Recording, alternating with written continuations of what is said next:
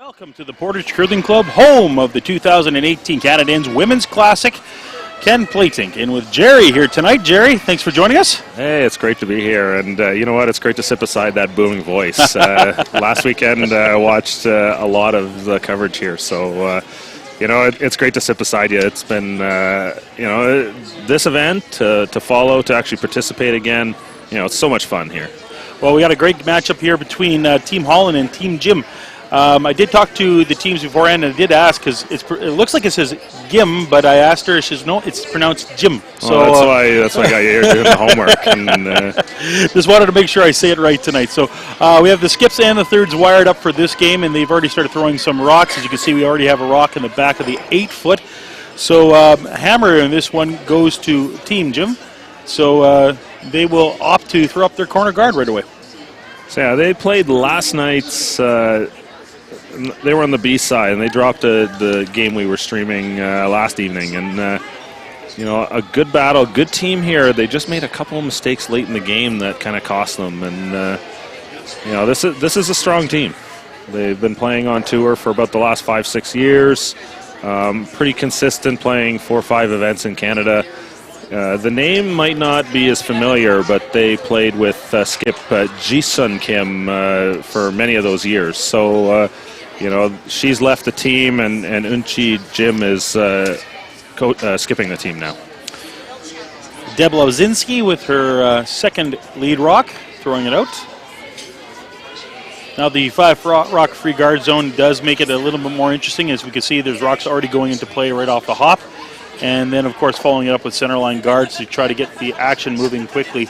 Though we have noticed in a lot of these very first ends that they do keep it relatively clean just to kind of feel each other out, unless, of course, they can see there's a massive advantage. Then they start going hard to the center line. So 2 rocks on the center line right now, one on top 12, one on the back 12. What do you think? Just peel it off? Yeah. They're, you know, at this point, you know, the teams don't seem to want to mix it up, like, you know, what you're saying, right? And, you know, I think sometimes there's an advantage to trying to get a jump on the opposition. This game, though, this is a big game. You know, this is for the playoff spot, so you might see teams tighten up a little bit here, too.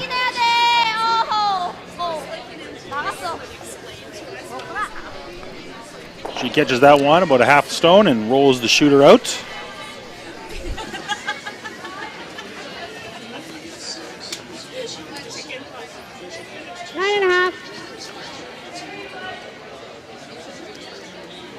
So Laura Strong in the hack. One of the 2 lefties on this team. Now you're doing your homework. See, when you got a couple of minutes between games, which is literally what I had, you can ask them a couple questions. So, yes, a couple lefties on this team. Clean. Hits that one on the outside and just kind of rolls it off, and looks like it's out of place. So. Yeah, so for Holland, they're just, you know, peel that corner guard, 1 rock in play, pretty much nails down the blank here now. The teams will hit out, and, you know, I think with an open end like that, that's got to feel good for Holland.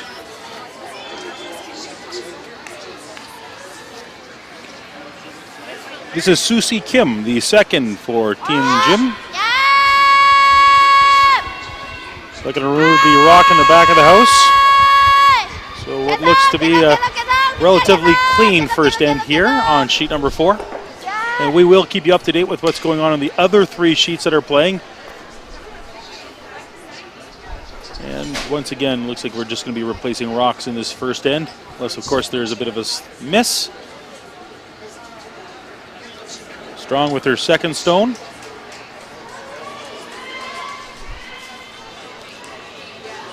So a charity event I'd love to promote a little bit that Laura Strong is involved is the Curl for Kids out of Oakville, Ontario. They raise money for the local hospital foundation and the Sandra Schmirler Foundation. So, you know, it's turned into a heck of an event, I think in their 26th or 27th year. And Laura has been a participant in that event for many years now and a great supporter as well. Kim now with her second stone.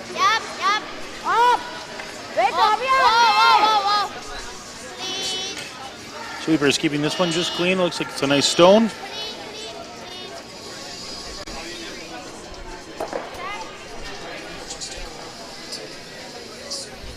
And as I stated before, it looks like it's going to be a lot of hitting and rolling around the back of the rings. Yeah, just, trade shots, throw the last one, roll it out, get the blank, and, just get a feel for the ice. Get comfortable, get the nerves out. So Cindy Ricci now in the hack. She's back into curling and first time playing with her skip in 25 years. They haven't played together, and Right up. they're back in action again. Yeah, so they've like Cindy's played for many years. She's definitely sat out for the last few years. But yeah, to see Amber Holland playing a little bit more this year too. I know Amber took a couple years off after, at that point where there was an obvious break. But she's still curled a little bit. They played 1 or 2 events a year. And now she's kind of gotten back into the game about the last 3 or 4 years on the Saskatchewan tour. So, she's definitely stayed involved in the game, was the executive director at Curl Saskatchewan as well, or Curl Sask. And she's since moved on from that job. But, a great participant in the sport, and somebody that's kind of disappeared from the national scene a bit, but has still been given back and participating a lot. So hit and roll out on that one, not exactly what they were hoping for, so it gives Holland the opportunity to test out draw weight on the right side of the screen. Yeah, this is kind of big, let one of the skips get a feel for draw weight. 9-10. That's Ricci with her second stone. 9-10. Starting to curl now.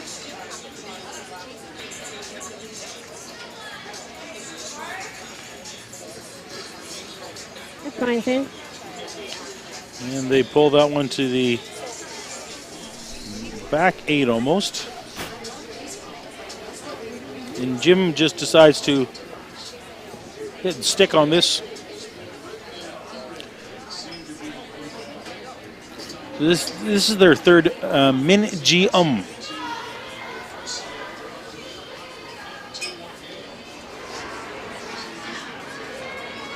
Had a nice conversation with her down below.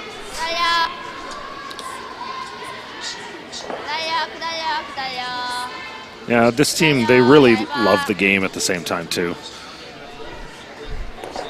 So they're very happy to be here in Portage of the Prairie, so Yep. very happy to have them here in Manitoba. So very clean this first end. We were kind of a late start getting on this one, but we're quickly catching up with all these hit and rolls. So Amber Holland now with her first of 2 skip stones here in the first end of play. Quite up to speed, hey? Oh, yeah, my hot dogs are still a lot, but...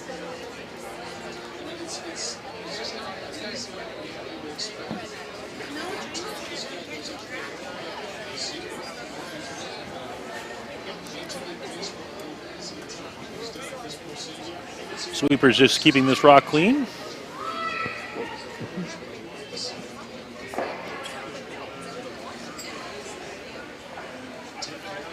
You want to make sure they get this one deep into the forefoot. Just above the center line, and she's got a beauty. And Yeah. Yeah, this Holland team getting their chances to throw their draws here. That's got to be an advantage going on later in the game. especially getting a feel of the line and the draw weight with nothing, impeding them. So, yeah, good opportunity for them just to throw something up and just to test out what is it like early on.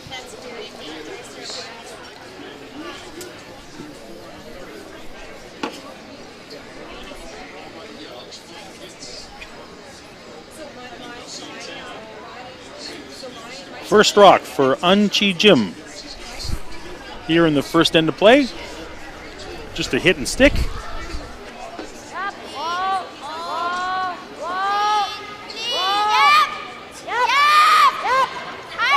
Sweepers on this one for line. They get a good chunk of the stone. Should stick around, but can the back end keep it out? Looks like it just stuck in the back. It's pretty close. Yeah, the Korean team's having a hard time squaring one up here. Okay. If we look at the overhead again, you probably notice that it's pretty close. Well, it's not as much as you think.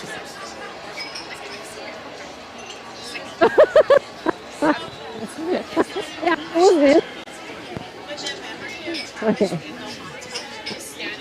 Oh, well, yeah, hers is up over. It's curled. I'll give you a knuckle.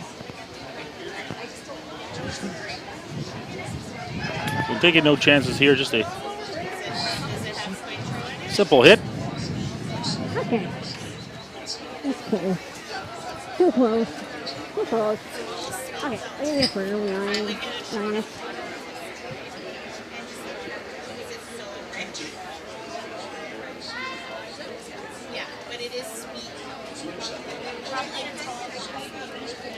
Amber Holland with her last rock here in the first end of play. Clean. Clean. Needs the hit and the stick. Got just that, little roll in. The Team Jim now looking to hit and roll out in this last one. Did struggle a little bit on her last one that she threw, so. I disagree on the science. Okay. Yeah.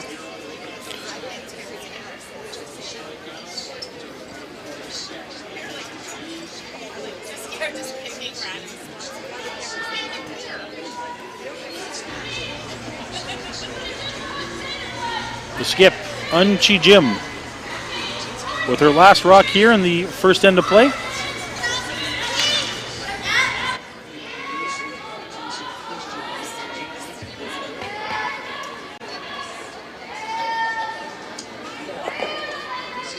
And she gets the rollout.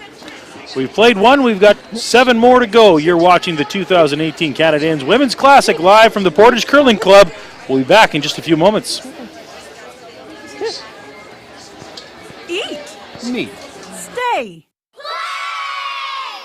Canad Inn's destination centers are your home for hospitality, with 10 locations in Manitoba and 1 in North Dakota, featuring the finest in accommodations, food and beverage, entertainment, banquet and conference facilities, and so much more.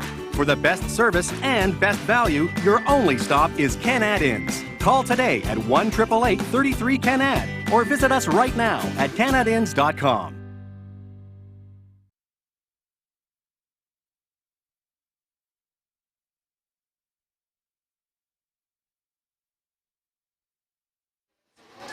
Welcome back to the Portage Curling Club as we throw the first stone here of the second end.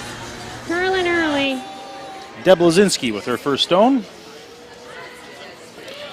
So that blank in the first end, you know, both teams get some feel out there.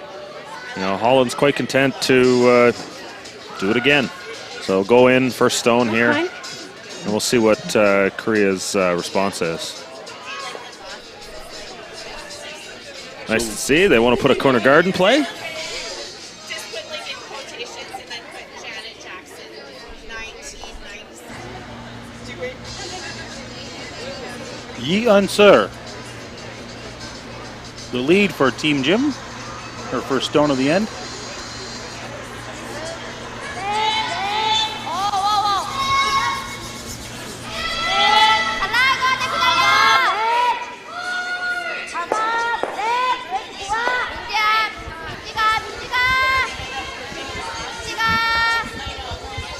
Sweepers trying to drag this as far as they can to the house. Nice corner guard.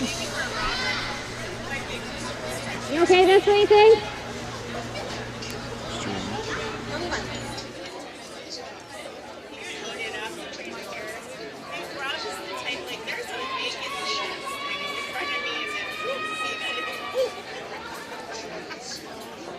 Line's pretty good. Okay, go for 3. Trying to Get put across something the on that line. center line once again. Yep. So we're going to see a little offense this second end. Easy. No. That's fine.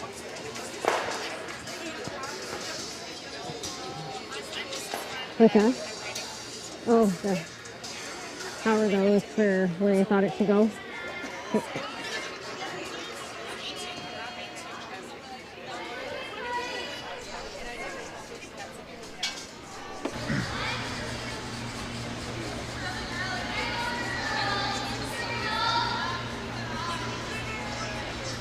Second rock now for Sir.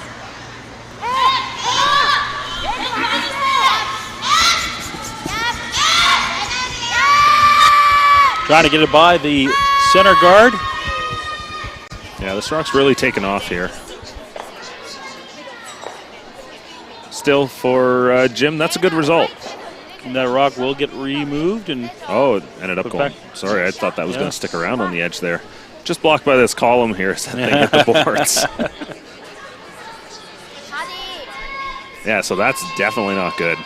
Knocking that out of play, you know, it's not a tick situation. Like, there's something already behind it. So Holland's going to be able to kind of stack another guard or another one in the top 12 here, and Jim's going to be chasing.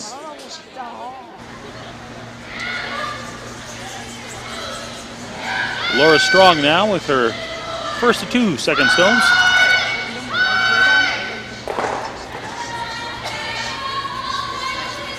A lot of curl on this ice here. Yeah, it's been amazing to see the work that Greg Wasco has done to bring this ice together. And then, of course, Farrell Asham, the local ice maker here that manages the club year-round. You know, this is a pretty heavy workload. So, you know, having Greg Wasco and his expertise here to help out and add to the event, you know, it just creates a strong team. And, yeah, the curlers love it. That's why they come. Well, last night, Greg was reminding us that at least twice per game we're supposed to mention the ice being so high quality here. Well, at least that's what he's telling Gunnar last night when we were sitting here together. All right, you know what? I think Owasco's a bit of a prankster because he told me he didn't like Gunnar saying that all the time. He's like, I don't want you talking about me all the time. You know, I want to be kind of the humble guy. I'm not in it for me. Well, I was there when I heard it, so I know what I heard, and I know exactly what he was saying. So. Oh, that guy. He knew we were both going to be on the show, and he's feeding us different information, I bet. Holland now with some options. Does she play one top 12, or does she put one high up? You know what? Both options are pretty good, actually. You know, you got to just keep lots of separation here so the double peel isn't too easy.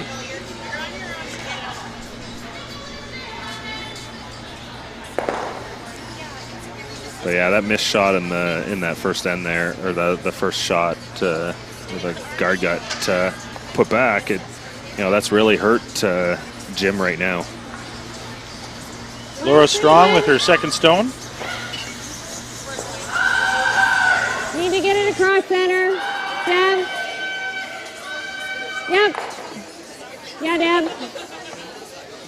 Yep, keep coming. Curler's working Yep, hard keep at this coming. one. Put it up Hard. top. Hard. Don't want them too close. Hard. Good. Just enough cover to protect the one. Maybe not. So Jim now looking at going around the outside and drawing into the 4-foot. That looks like a signal for hack weight. Of course, every curling team has their own group of signals, so you got to kind of be familiar with just about all of them, don't you? Yeah, well, to a degree. The tapping the ankle is kind of the standard one in a lot of places. Everybody, a lot of teams do different, but at least that's the one I recognized. This doesn't look like it has hack weight.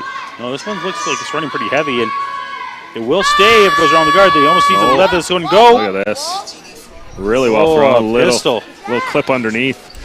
Nice little roll to the inside and buried behind 2 yellows, so this may be difficult for Holland to remove. Yeah, she's going to have to just freeze to the face of this and then hope she has something on a shot later on. A good freeze here, try and get 3/4 on this, may just force Jim to a single point here in the first end, too. Third, Cindy Ricci wants to throw a shout out to her daughter, Maya, and her son, Renzo. Line's good. Back at home watching.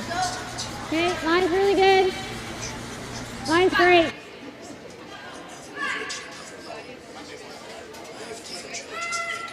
Sweepers taking this one hard. Yep, Stay on both it. for We'll line take it and for off weight, this but this one, one looks take going it to out in a wick bit, that's great. off the Okay. second yellow, so kind of blocks her path a little bit now.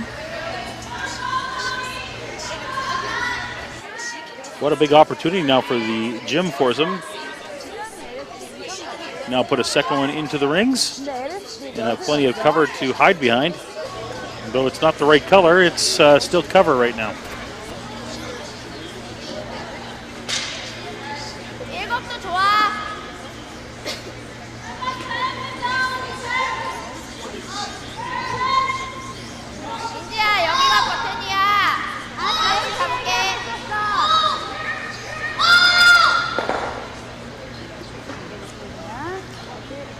Yeah, so unfortunately for Holland there, that miss has left Jim the opportunity to now sit 2 under cover. You know, now we've got a chance of 2 for sure and possible 3 ender here. Min Ji with her first to 2 third stones.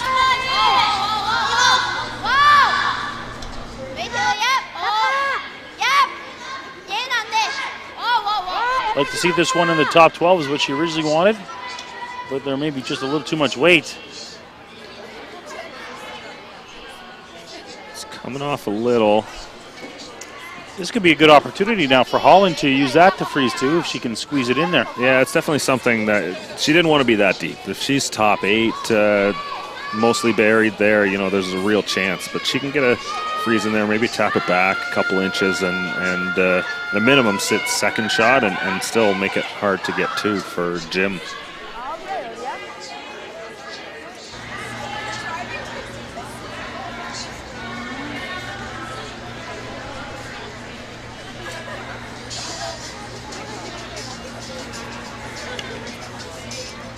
So the other left-handed curler on Team Holland. Ricci now trying to come around and freeze up to the one in the 4-foot, biting the button on the left-hand side. Hard line. Hard line. Hard line. Okay, whoa. Just another little wick off that guard, so All right. Nice weight. That weight was better that time, clicking off the guard. Looks like it would have stopped T-line. Just a little tight on the line, and unfortunately those are 2 tough misses here for Team Holland. it does give them the opportunity to use that stone perhaps later on to maybe wick off of it and roll into the 4-foot, but I don't like it, Ken. you don't have to make the shot. They have to make the shot. Yeah, that's the problem. It's, you know, they're starting to get into, like, it's almost Hail Mary territory out there. And, you know, those are shots that can be made, but you never want to have to rely on that. And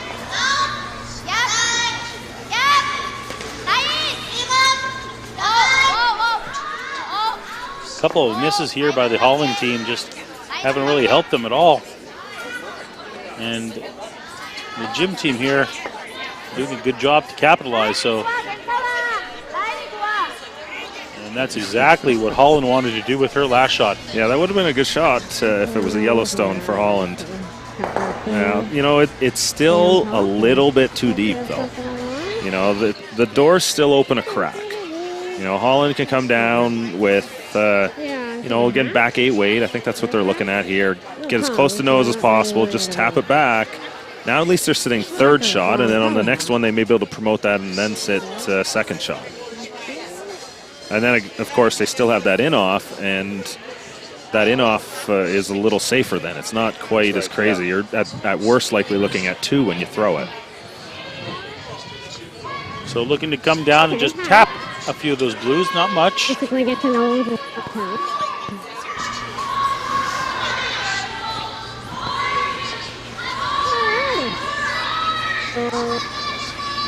okay.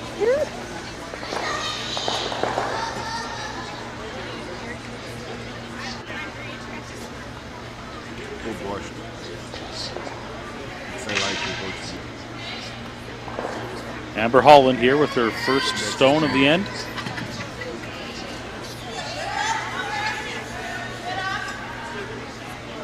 Stay close.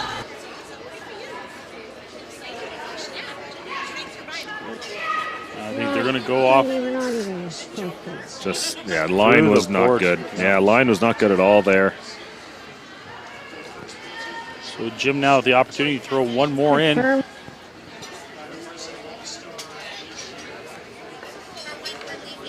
And for a team sitting with the hammer, Yeah, just heavy. they could be sitting That's 4 a here. bummer. Not good news if you're Amber Holland. Tonight. No, this kind of came out of nowhere. Three pretty much total misses there out of the Holland team, and now they're going to be looking at 4 under cover. Oh, yeah. Now this is a much better team than this. You know, to get to this point in the draw, you know, you've got 3, maybe 4 wins under your belt. You know, I haven't totally checked the record here. They would have beaten some good teams to get here too. This is Yeah, have her own probably. getting a little bit of the foreshadowing for what's to come from Team Holland. Unchi Jim with her final stone, pardon me, her first stone, I should say, of this second end. She does have the hammer, so looking to put this one top 12. Looks like weight's a little heavy, eh? That's going to come a little deeper than that. Top 8. They're going to freeze right on top of this pocket again.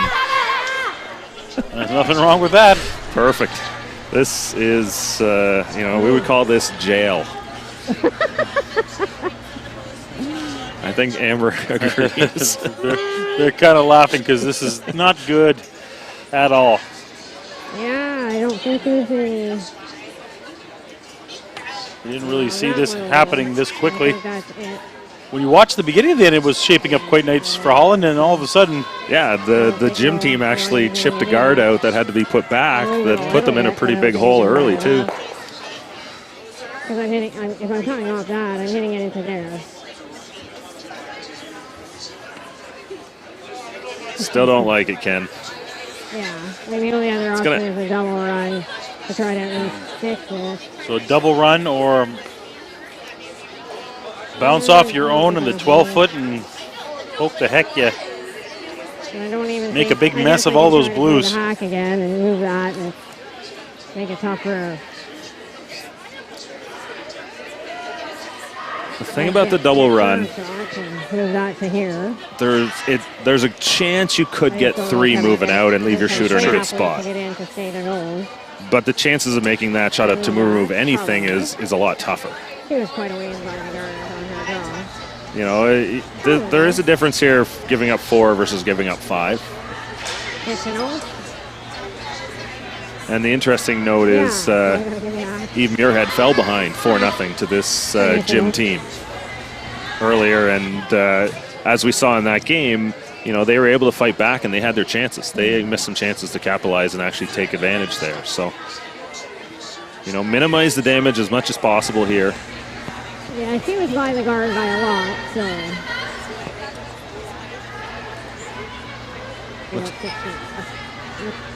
Looks like something like a back 8 here, trying to get as close to nose as possible, tap the back, blue stone back, and maybe give up 3.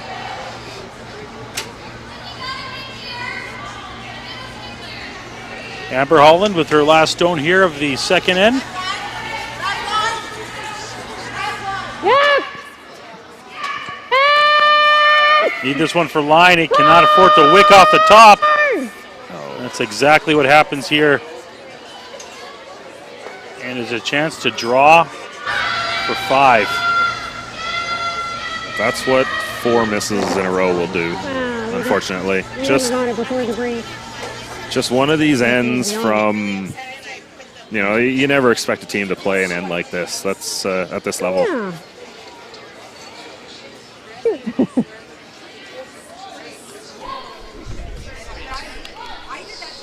And then, of course, Korea is making every shot perfect on their end. Exactly. You know, So just to top it off. Well, you now know Korea knows their draw weight because they have 4 rocks in the 4-foot right now to prove it, possibly 5. So, yeah, full 8 here, and we'll have a 5 spot put on the board. Unchi Jim looking to draw for not 1, not 2, not 3, not 4. Count them up at 5. Needs full 8-foot to get it.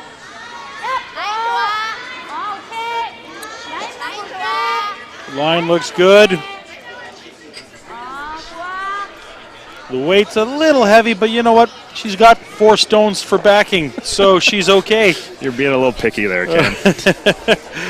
Well, count them up. She got 5. It is a 5-0 game after 2 ends of play. We'll come back in just a few moments as we thank some of our many sponsors for the 2018 Canadians Women's Classic.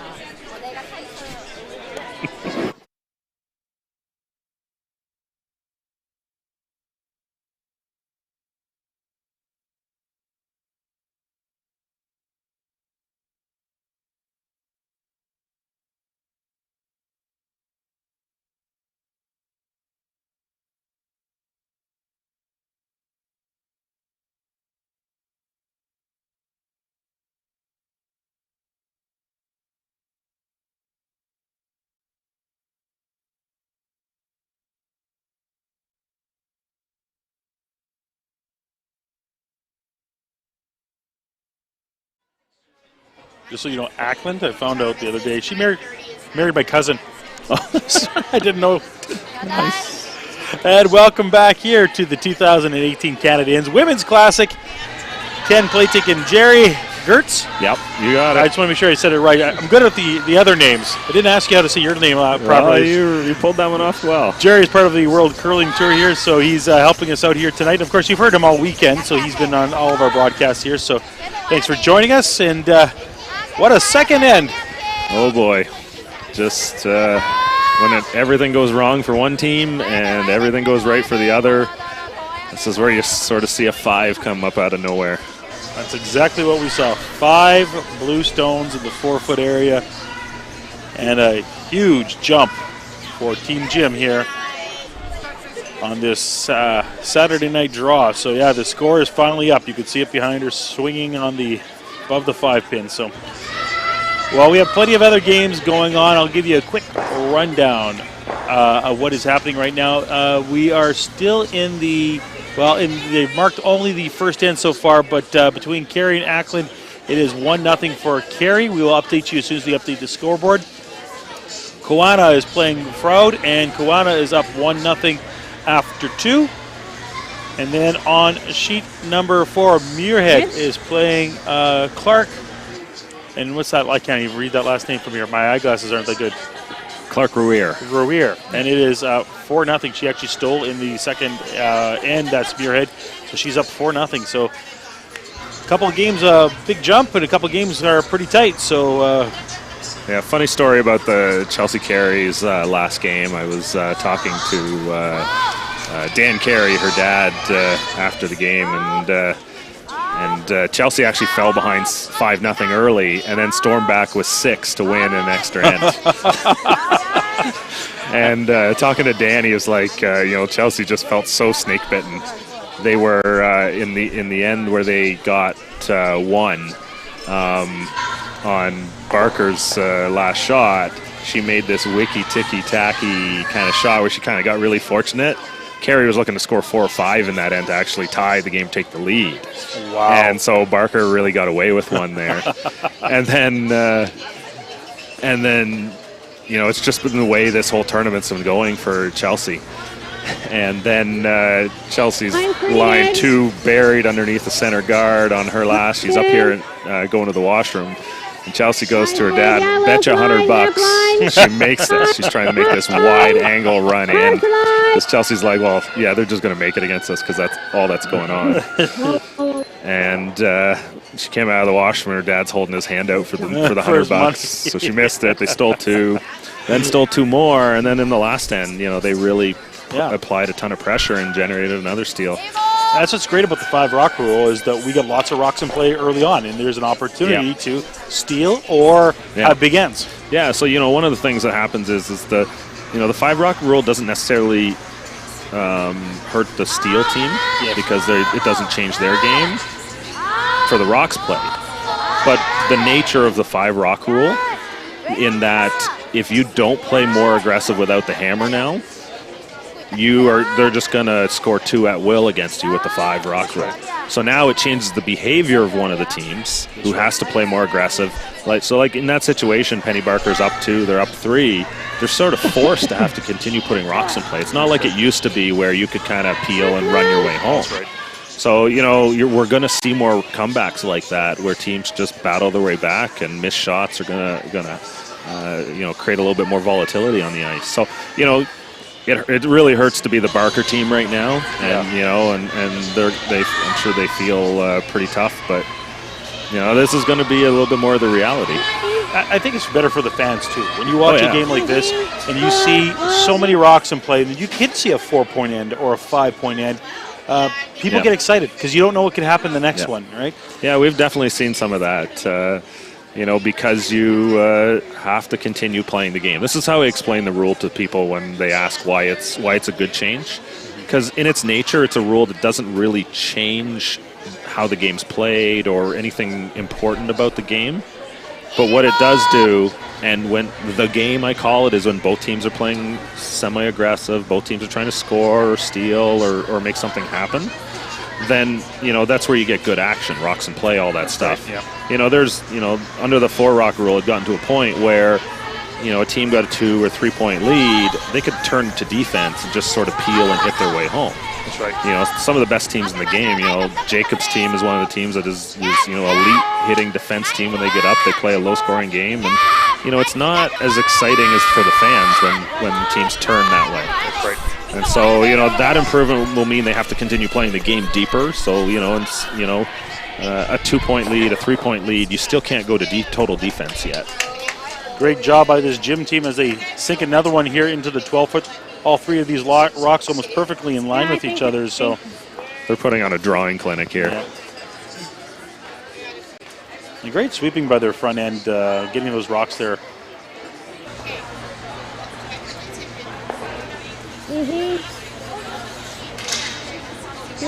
Laura Strong gets the top and misses the second one, so just a straight single peel.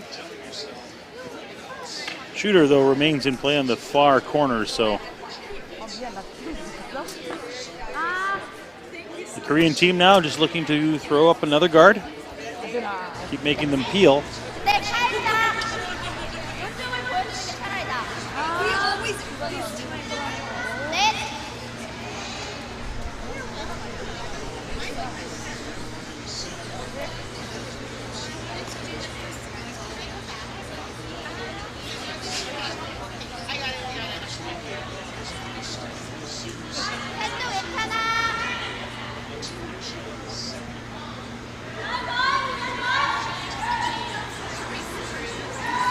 Soo Si Kim now with her second stone.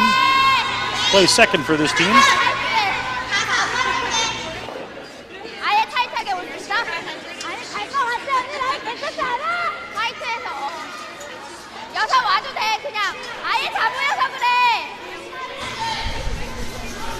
Sweeper's working hard to move this stone. Did curl a little bit more than what she expected.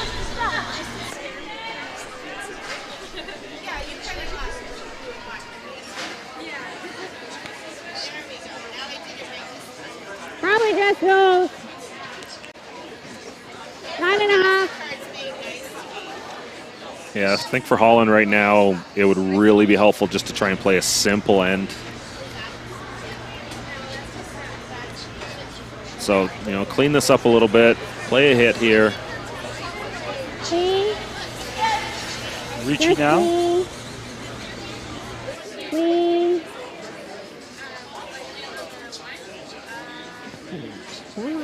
Wanted a nose, doesn't quite get it. Opportunity now for the gym team to put one back up.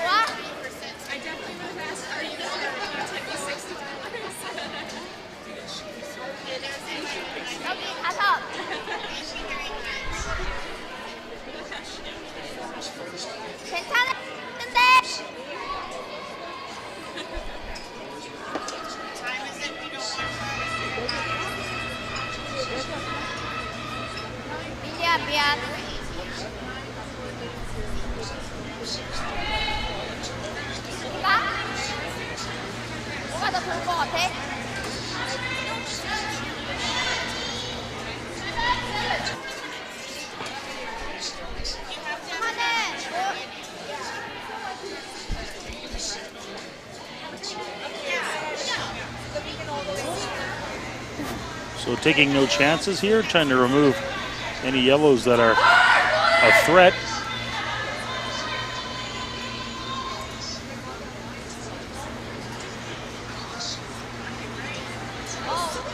Minjiun.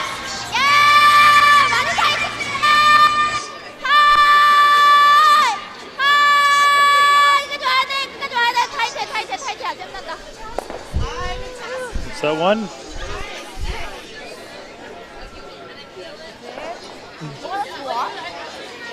It's a bit of an opportunity here for the Holland team to get back into this. Remove the 2 stones at the back of the forefoot. Cindy Ritchie now. Her second rock. Yep.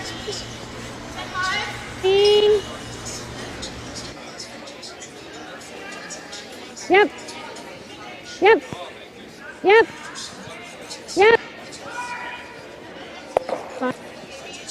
So they remove one. It looks like they now have the shooter, so pardon me, the shot rock. So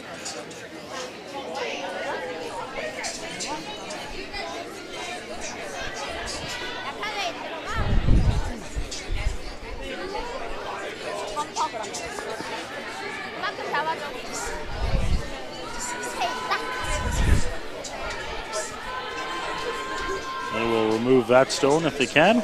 Yeah, that's going to be tough to remove. Here's the chance here for Holland to get 2. The other part of this is she hits it on the broom side here.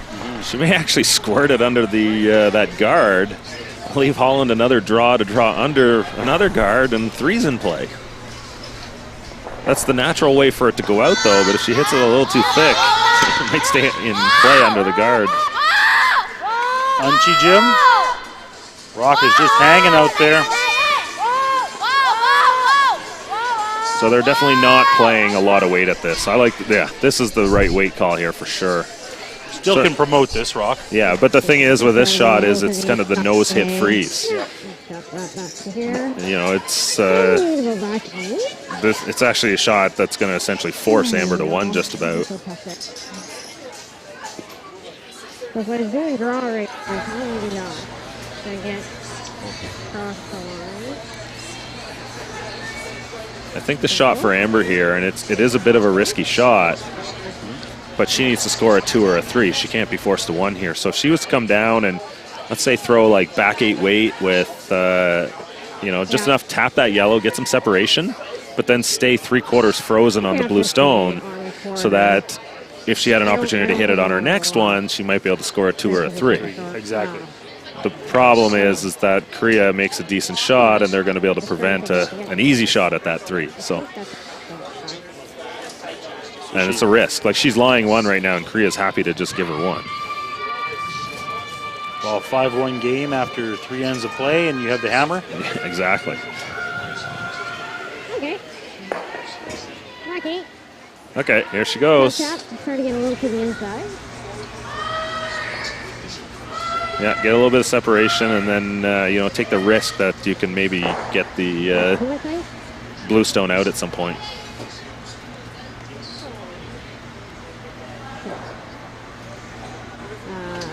Amber Holland, her first stone of the end.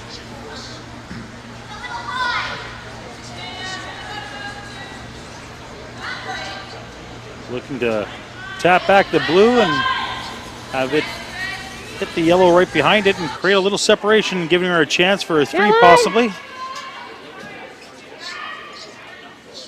Sweepers on this one for line hard. They are trying to get this one. Weight is there. Yeah, that's perfectly made.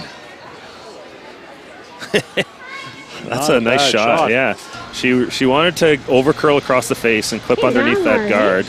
I think she wanted a couple more feet of weight, get a little bit more separation. But, are they lying 2 right now? As we look at the overhead shot, line it's one. they're line one, so Still pretty good, you know. If Korea has to make a good shot here, you know, they play the tap, but you know they got to be careful they don't set up a double here. Yeah, it's pretty tough.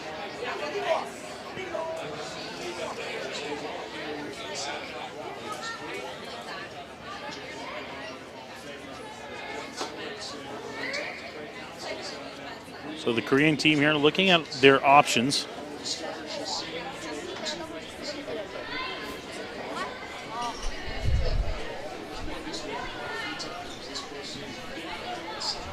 So she's looking to remove the back yellow.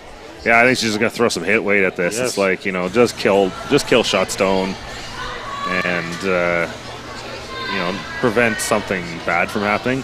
The challenge here, you know, the shot she'd really like to play is just kind of a little tee line. Just, yeah, a little tap. Just, you know, just promote it up. The problem with that shot is there's so many ways it could go really wrong and leave a double for 3 for Holland. So, you know, this is a smart call. Safety move, just give her 2 at most. Yeah, and she could very easily make a great shot here and at the same time.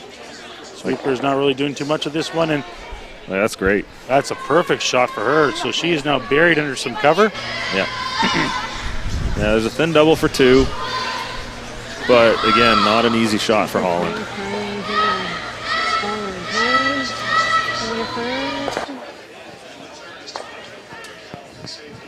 She's just as likely. She's got to stick it in the side of that shot stone. Like, normally you could hit it a little higher, but you're liable to kill your own at the same time, too.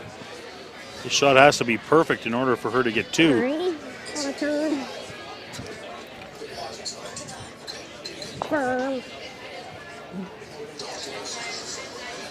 So blue line 1, a chance for her to get a double, but she's going to need to be perfect on this one. Amber Holland with the last stone here of the third end. Gives it a good toss. Sweeper's on it for line hard. Looks like it's just running a little too straight. Yep. Is there enough of a roll? Not enough. So it is a steal of 1 after 3. Well, it is a 6-0 game in this one. When we come back, we'll update you on all the scores. But first, take a moment to thank some of our sponsors. Yeah, I thought it maybe taste too bit, but not. Meet. Stay. Canad Inn's destination centers are your home for hospitality, with 10 locations in Manitoba and 1 in North Dakota, featuring the finest in accommodations, food and beverage, entertainment, banquet and conference facilities, and so much more. For the best service and best value, your only stop is Canad Inns. Call today at 1-888-33-CANAD or visit us right now at canadinns.com.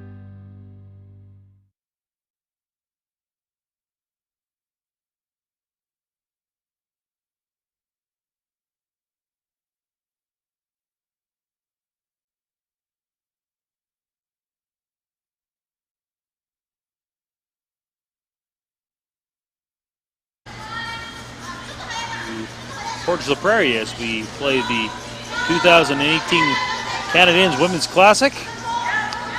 Ken Plating, Jerry Gertz, as we call the action from tonight's game. We are featuring Team Jim against Team Holland, and Team Jim from Korea leading this one 6-0 after 3 ends of play.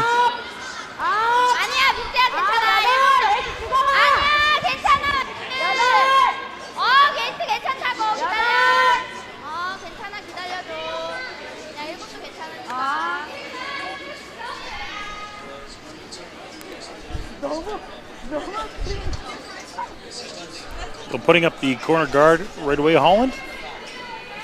And Team Jim right away throwing one into the house.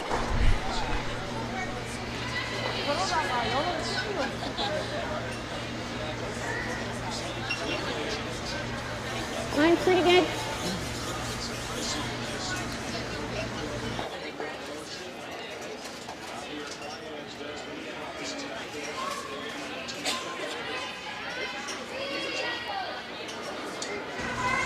Good.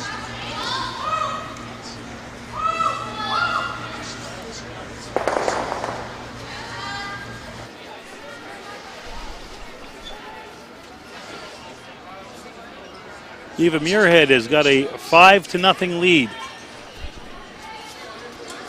over the Team Clark Roar. And let's see here. On sheet number 6, Koana is leading 2-0 on Team Froud. Ackland and Kerry are tied up at 1 apiece after 2 ends of play. So they are playing the third right now.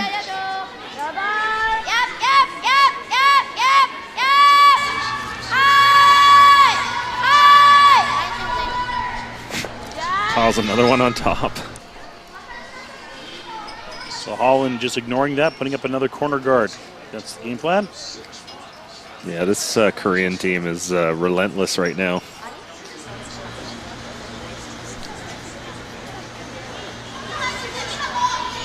On sheet 6, the team of Koana is sitting possibly 3 and trying to put another one into the house, it looks.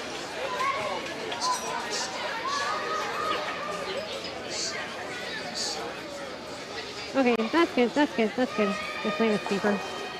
That's fine. Look at this. Throwing a center guard, up 6. 5 rock rule. With numbers? Yeah.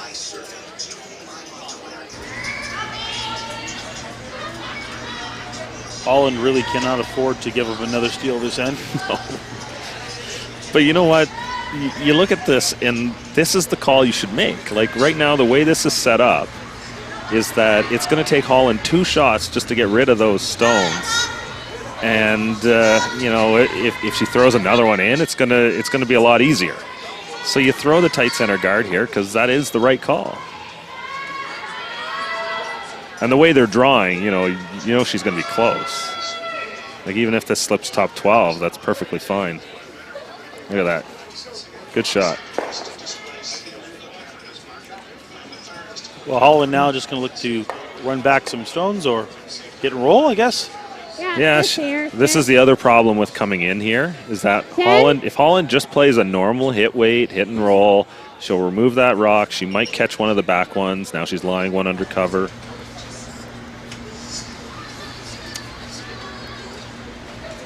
Yeah, this is coming in. It was a good shot, but you know, I'm not sure that's the safe side here.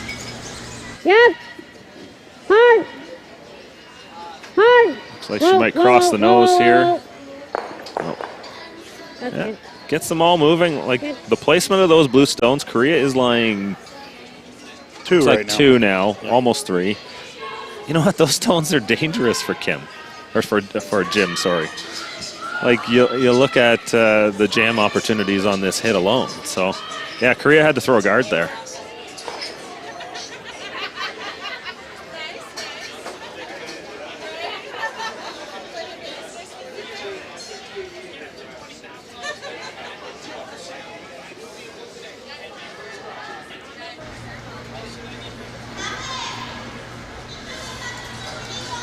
Eva Muirhead in the driver's seat on sheet number 3. Sitting 3 from what I can see here, and she is up by a score of 5-0. So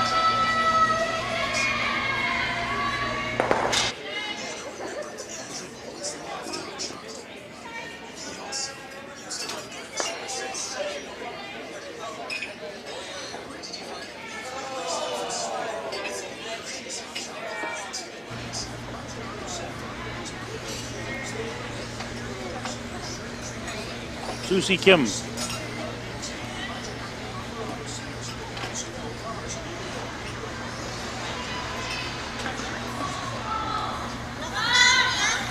Looking to remove the yellow, just biting the top 12. Could be hitting this one against her own blue. Just squeezes on by, and the shooter rolls off as well. So once again, Jim sitting 3. Back 12.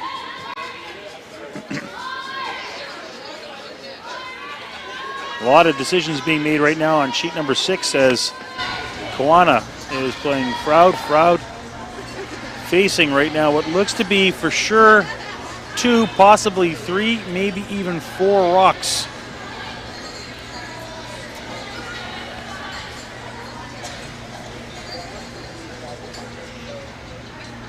We will shoot over to that sheet in just a few moments here to show you the last rock of the, I do believe it's their fourth end of play. Queen. Yep. Yep. Yep. Yeah, looks like Hard an line, equally tough hard day out there line. for Clark Rear in this draw. Where are ya? Whoa, whoa, whoa. Whoa, then. Well, Whoa, Koana then. ends up Whoa, then. scoring multiple points. We have 3 blowouts here so far. But a really tight game on sheet 7 between Kerry and Ackland. Yep. You know what? We did that Ackland team in the last draw. Or sorry, my last draw, which was the second of the day between when her and Beth Peterson. And you know what? It was a really good game to watch. You know, there's still some mistakes. They're young, inexperienced teams, but you know, both teams put a lot of rocks in play in good positions, set things up, really thought, smart about strategy, and unfortunately a leave by Peterson there, and Ackland was left with a big shot to score 4 and really turn that one over. So yeah, it'd be neat to get over there and see that game a little bit if we get there.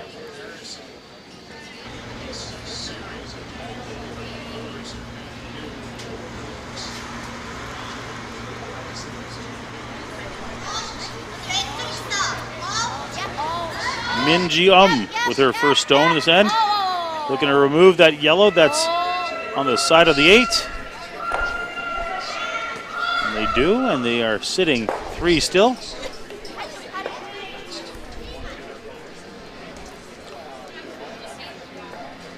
Holland looking just to tap back that blue that is biting the top of the forefoot. You can see by the line she is giving her here, she's not looking for very big weight. Cindy Ricci with her first stone of the end. Line's not bad. Roll if you can. Roll line. Roll line.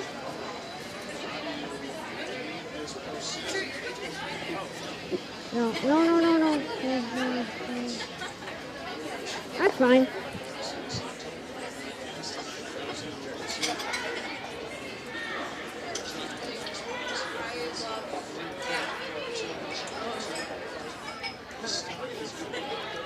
In just a moment here, we will move over to sheet number 6 to show you the final rock by the Froud team.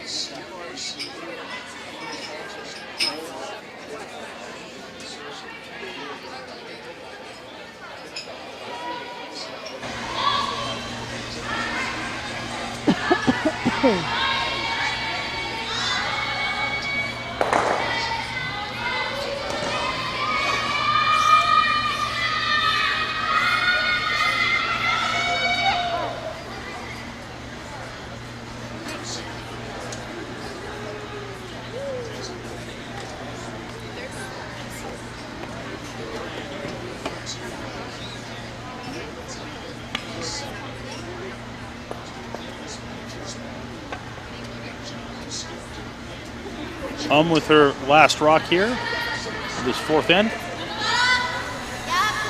Looking to remove a guard. Open things up for her skip. And we are going to slide on over to sheet number 6 here to show you the final rock between Froud and Koana.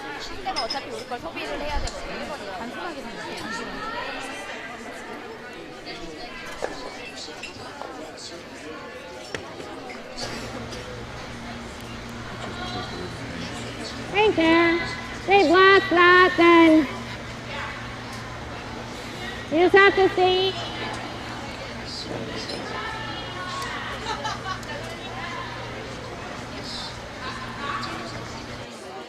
So as we look here at what they are facing, it's not a pretty sight. She's going to need to draw in for her final. Good news is here she can probably see about half of that yellow stone. So, you know, to minimize the damage here, make sure you get to the 8 foot and cut the damage to a single point steal. You know, if the weight and the line is really good, try and tap that back and get your point here. We will watch this final stone here from sheet number 6, and then we'll move back over to sheet number 4. Update you with what's going on there.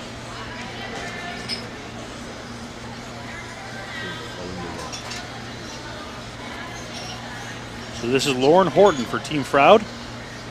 She's listed as the third for the team here, but she is throwing skips rocks this weekend. They are testing out something new.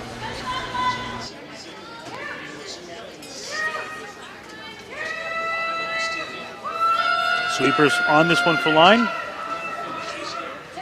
Can't afford a little wick. That's exactly what happens, but not too bad. Ends up with only a steal of 1. So Koana goes up by a score of 3-0 after 4 ends of play, as we move back now over to sheet number 4, as we are ready, I believe, for skip stones. Yeah, that Team Froud there, they're from Ontario, kind of my neck of the woods, and you know, they had a pretty good year last year, played pretty well on tour, and Susan Froud has been the skip for that entire time, and they played with Susan skipping the game up until this weekend, and they decided to try something different here, which is interesting because this is the biggest event they've played ever as a team. So, you know, you go to the big event and you're like, well, let's switch it up too, just to make it a little bit more fun. But, you know, that team, you know, there's something there with, they played pretty well, and I think not a lot of people have heard of that team, and good to see them get to a C qualifier here, and we'll see what happens if they can generate some offense. So we still have the skips rocks for both skips. This is the first. And Unchin Gim.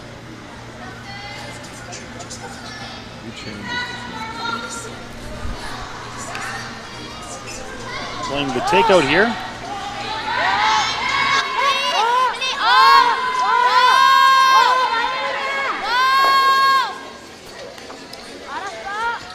It's a piece and jams, so bit of a break here. Well, I guess at this point it probably makes sense, hey? And you can play it from here, right? Yeah, you won't have a shot back at it. Yeah. Yeah, we'll go to here, right? And yeah. Well, sure. Yeah, well, I guess what you guys just do for draws, so stand there.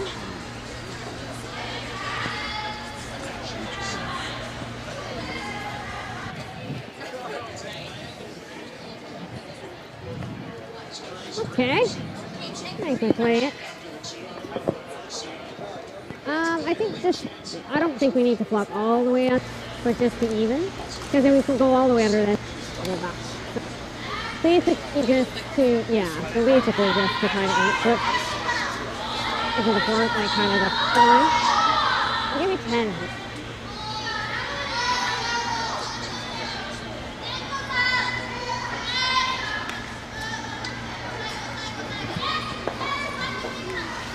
First stone for Amber Holland in his 4th end of play. Looking to tap back her yellow in the front. Wicks it just a little bit and the shooter will roll. So once again, not exactly the perfect shot for them.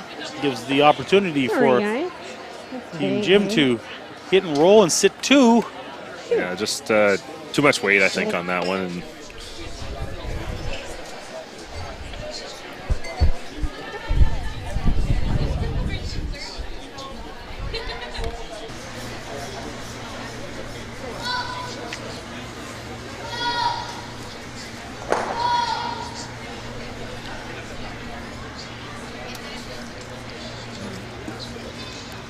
final stone here for Unchin Gim.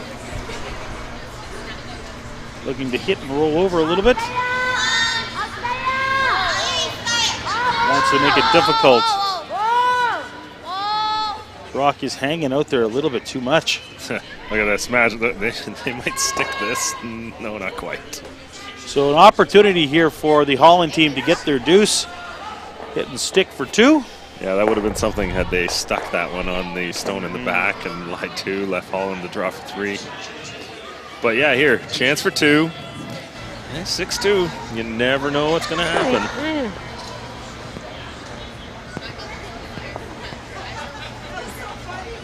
Be a comeback of pretty monumental order, but we're in that world these days. Last rock here of this fourth end. Amber Holland hit and stick for 2. Easy. Queen. Pretty routine hit and stick. And we've got 2 there for the Holland team. We have a score of 6-2 after 4 ends of play. Don't go too far. We'll be back right after these quick Okay. sponsor messages. Okay.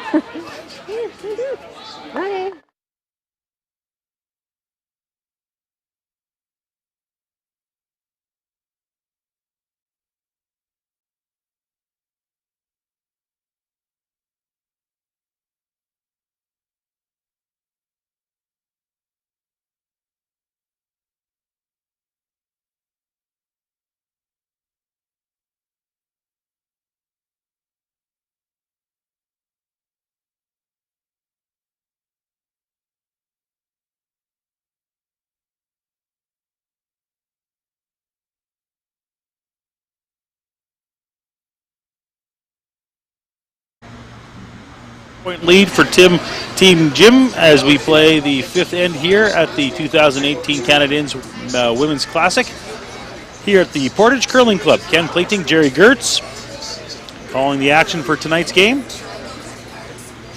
And we will be moving back and forth between some of the sheets that we can. Muirhead and it looks like the Clark Wire team are pretty much done deal for tonight, eh? Yeah, just, it's like this building is leaning a little bit here. 2 teams really struggling with their games this evening. Bad breaks and everything. Just run out of gas. You look what happens here. 32-team triple. For these teams, it's pretty much 6th or 7th game of the weekend.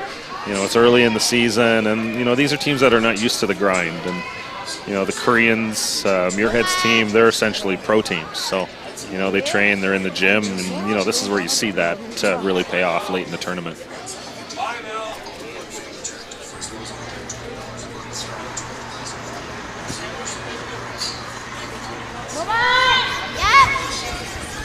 So Holland throws one into the rings, and the Korean team right away remove that stone.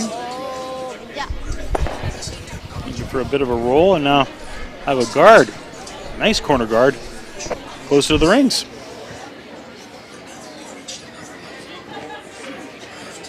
Once again, we will move over to sheet number 6 here in a few moments for the final 2 rocks of that end.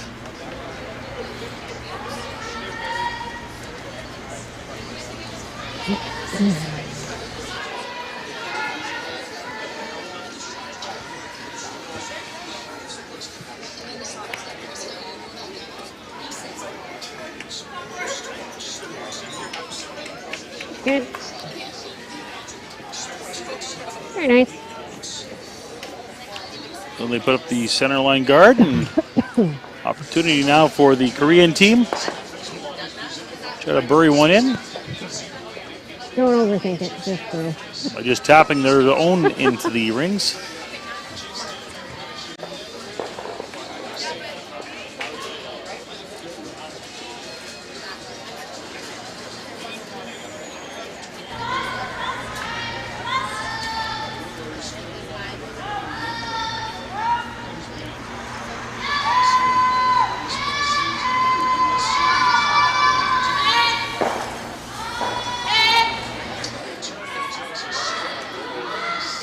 Yi-un Sear with her second stone.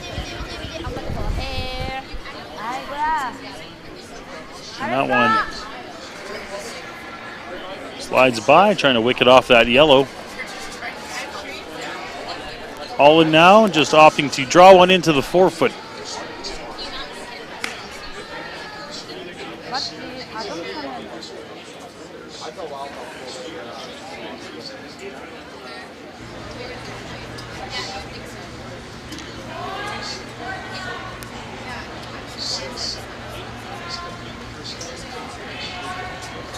Line's pretty good. Okay. Line's good. Okay, far as it'll go. Line's great. Sweeper is going to try to drag this one into the house or as far as they can. You can see it's keep pretty. coming. Yeah, keep coming. Far as Looks you a can, little far as light. you can. Keep going, go. Managed to get it into the house.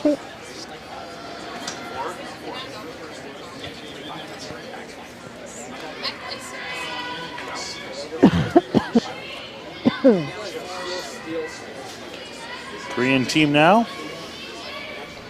looking to run back a few yellows. Perhaps the double peel here.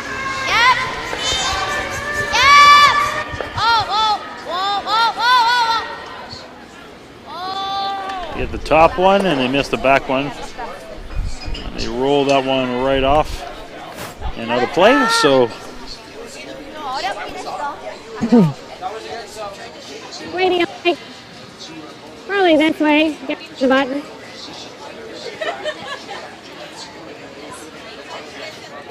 Holland looking to bury one in the forfeit once again.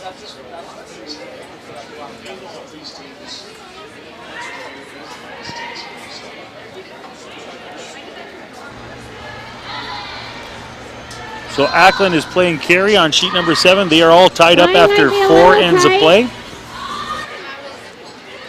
Line's a little tight. Yeah, Just started line, the 5th for hard them. line, hard line. Whoa.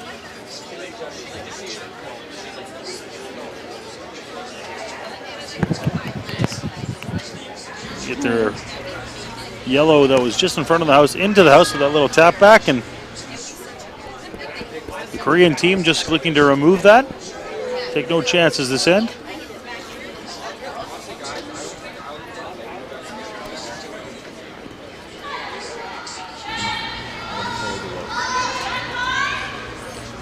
Susie Kim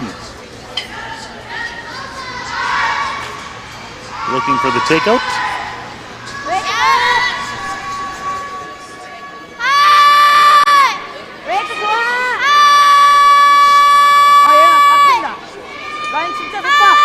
Sweeper's holding this one for line. Looking for a little roll. And a beautiful shot. So rolls her shooter right behind the yellow cover. Holland now looking to draw one into the forefoot. Just doing a peek over at sheet 6, Froud and Koana. Froud is lying, looks like 1 buried right now. And she's throwing, looking to draw through the port Line's there. really good. Okay, line's good.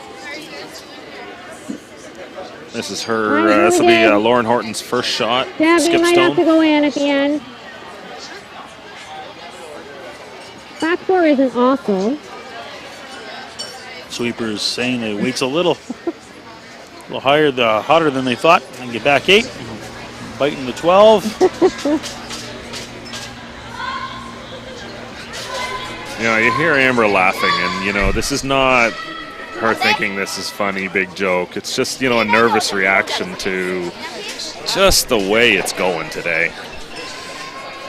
And they're not large errors, just little errors where, you know, Yeah. just a little more line would have helped or. A little less weight there. Exactly. Like, it is still shot right now, so it's not a total, you know, disaster, but it's not in a good spot, and it's not in a spot that's going to help her score it, you know, steal an end here. Like, so. Well, we are going to move over to sheet number 6 right now. Right after this rock is complete. As we get ready for the final 2 skip stones on sheet number 6. Nice play there. It's all the Americans, so it's from we had a sample. It is all team USA, so like if there's other curlers like Japan or whatever from the club, keep them signing. So Koana and Froud are playing on 6. And you can see here, she is buried 1 in the forefoot.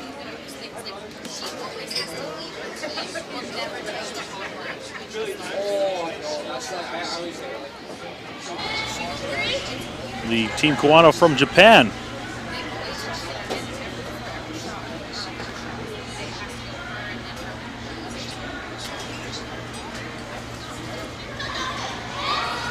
Throwing some big weight.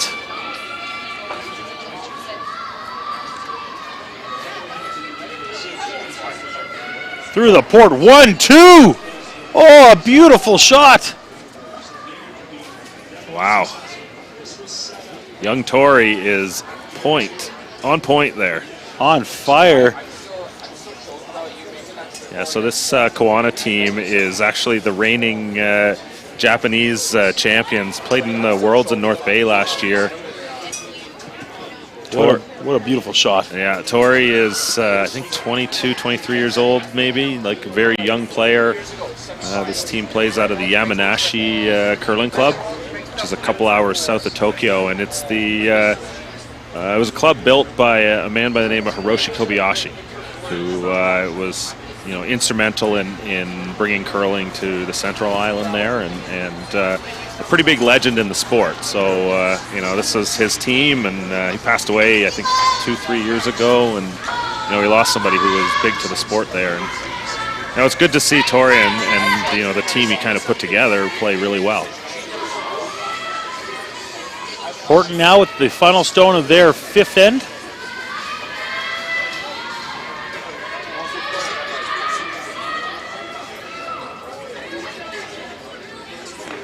She's bringing this one up right up to the shot stone. She ends up getting her one, so it is a 3-1 game there after 5 ends of play. We'll move back over now to our sheet, the featured sheet here, as we get ready for the skip stones. Holland is sitting one in the 4-foot, but she does not have the hammer, so this is her first shot here of the end. Opportunity to draw another one in. Apply a little pressure to the Korean team. Well, for our mental state, maybe, I'm not sure, really. Back 8, like try to get to it and have her back. Back 8, back 12.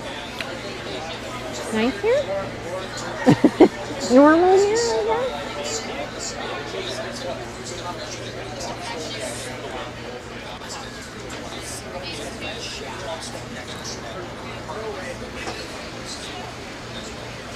Amber Holland, first stone here of the 5th end to play.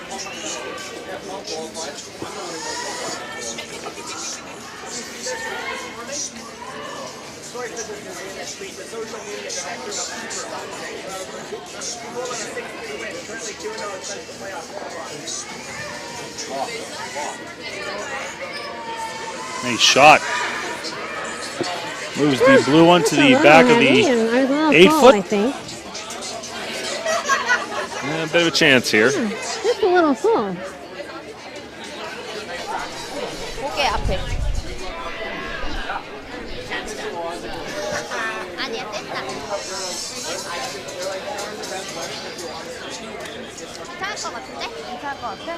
So Jim looking here at a possibility of coming around that top guard. Is it there? And chip it back for 2. It's so tempting with this type of ice because it will move if you play that nice weight to it. Yeah, and I think it's still early in the end yet, so, or I mean, like, it's not the last stone. Yes. So, if it was last stone, she might just go down there and just rip it out, make sure she scored. It's an opportunity here. She still has to make a decent shot, because the problem here is if she rolls away, it's going to leave Amber a chance to make an even better shot. So for Jim here, she comes down and throws a tap back, gets to the nose and stays there. It's going to be tough for Holland to actually hide something.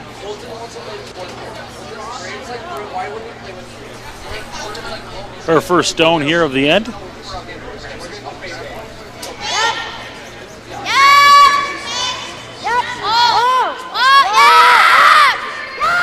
Sweepers on it for line hard.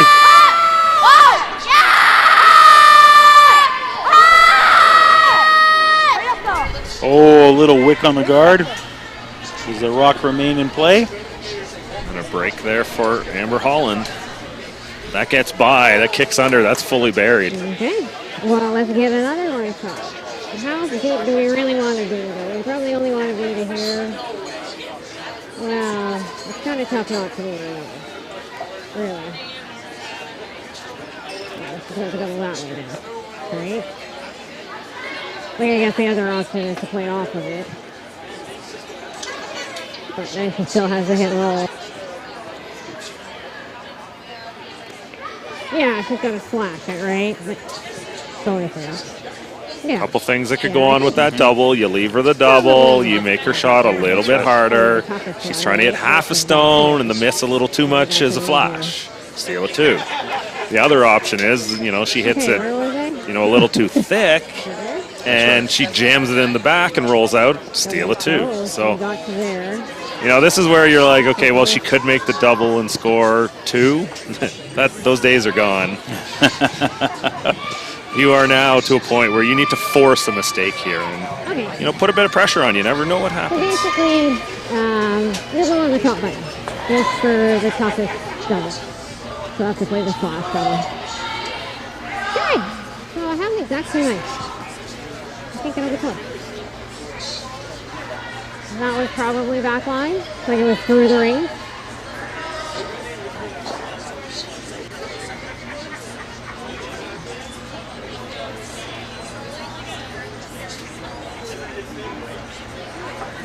Amber Holland with her last rock of this 5th end to play. Yeah, line. Yes, line. Trying to bury one in behind the guard, or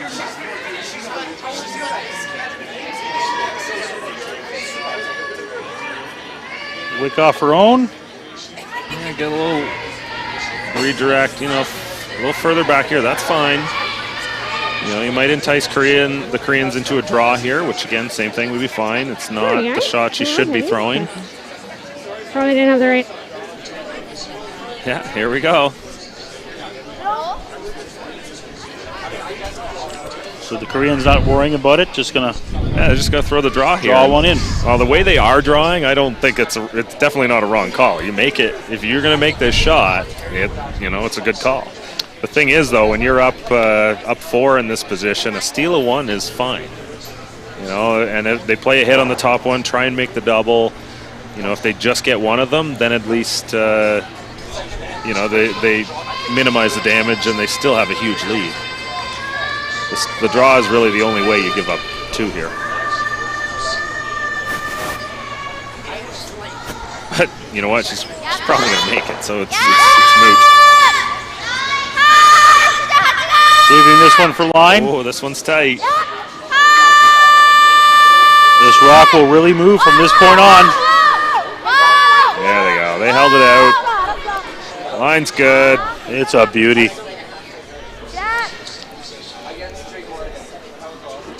It's 1 point for the Korean team. We've played 5. We have 3 more to go. You're watching the 2018 Canadians Women's Classic live from the Borders Curling Club. Eat. Meet. Stay. Canad Inn's destination centers are your home for hospitality, with 10 locations in Manitoba and 1 in North Dakota, featuring the finest in accommodations, food and beverage, entertainment, banquet and conference facilities, and so much more. For the best service and best value, your only stop is Canad Inns. Call today at 1-888-33-CANAD or visit us right now at canadinns.com.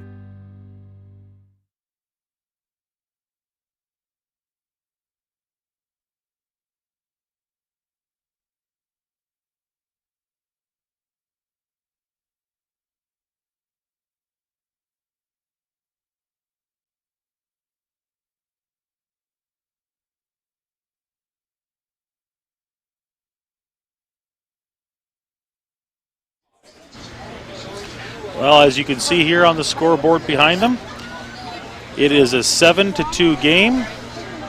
And we were going to start moving our attention over to sheet 6 from this point on. This game is, we'll keep an eye on it still to see how it kind of plays out, but we will move over to sheet 6 from this point in time to watch how this game plays out.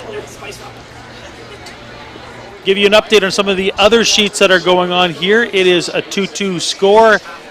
for Kerry and Ackland. After they've played 4, they are finishing up end number 5. They did already end up 5. I don't know if there was a score posted. I don't think there has been yet, so we'll have to wait and see how that one turns out. And, of course, our game is 7-2, the one we were just on. We are moving now over to sheet number 6 to watch the action on sheet 6. Yeah, so this is Team Froud last rock thrower Loren Horton. We talked a little bit about this earlier, that this team is trying something new this weekend. I was talking to their coach, asking about, typically teams are named after their skip, Team Froud has the skip name. But they've kind of got this tagline that they've been living on social media. It's proud to be Froud. So that doesn't quite work when the team skip name is now changed. So they're still not sure about this change 100% yet, but looking at the results this weekend, I think there's some merit to it. Hit and stick there. They are now sitting just shot rock and hoping to get a little bit of a roll there would have helped.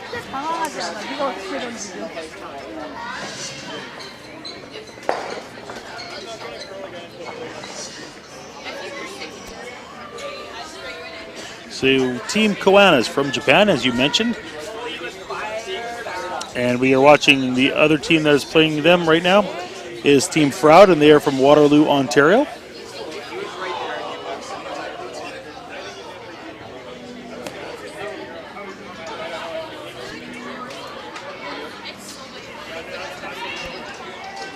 So they are finishing up here the 6th end of play.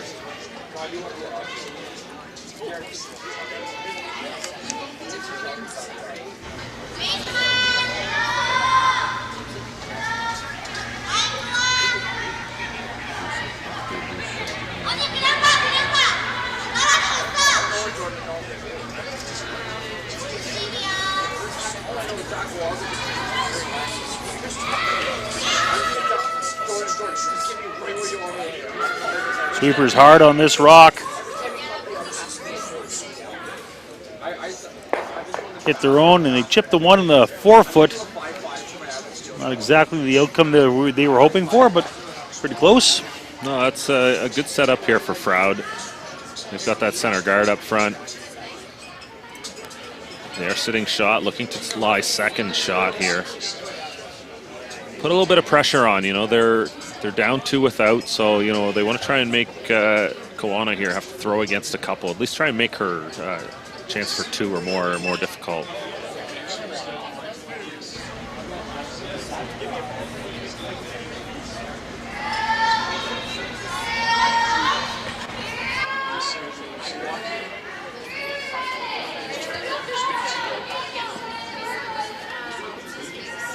Trying to draw one in here. Weight looks nice.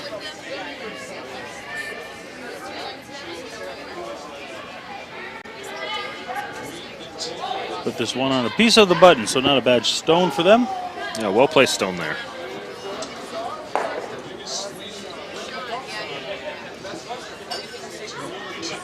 And don't forget, we're not done with curling here. In Portage la Prairie, we have the 2018 mixed doubles in just a few weeks. Also brought to you by Canadians. Yeah, it's great to see the coverage and the support that Canadians is giving to the mixed doubles game as well. That's one of the biggest mixed doubles tournaments, period, on the season here at the Canadians event. So, we're definitely doing some work with the ISS World Mixed Doubles Tour. And, it's good to see events like that start to pop up that are really supporting that new discipline in the game.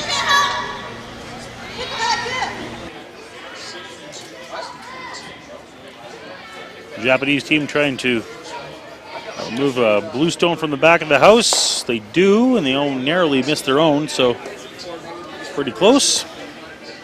That's just playing scoreboard a little bit. Unfortunately, though, it does leave the door open for Froud to draw another one on top. And then, if they can fully bury this, it's going to be 2 underneath that guard, albeit long. But, you know, I think if she played something a little softer there, continued on the offense and not gone to a total defense mode, she would have been able to prevent a tougher shot that looks like it's coming.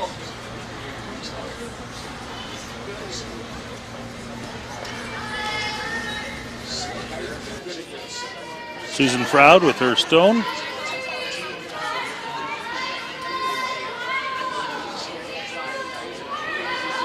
Sweeper's working hard to get this one into the rings.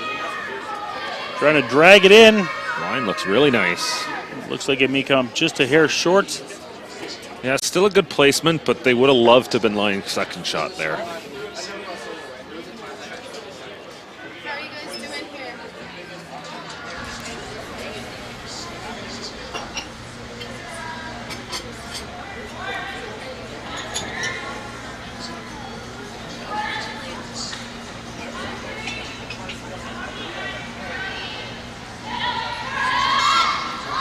This is Junko Nishimuro with her third stone.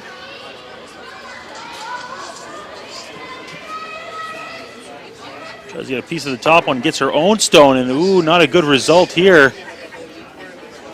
Now blue is lying 3 and an opportunity to cover things up, or perhaps put another one in.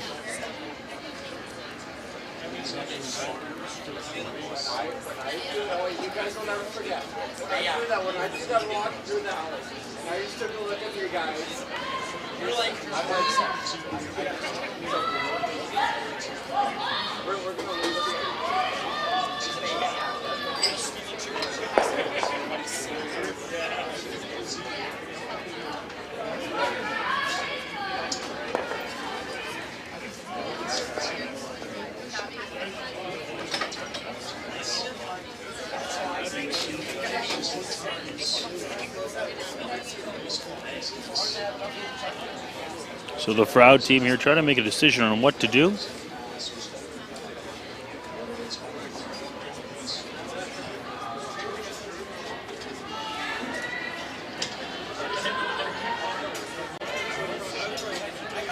Just trying to block off this path here. You know, if they get through that hole, they may be able to lie, you know, another one buried under there.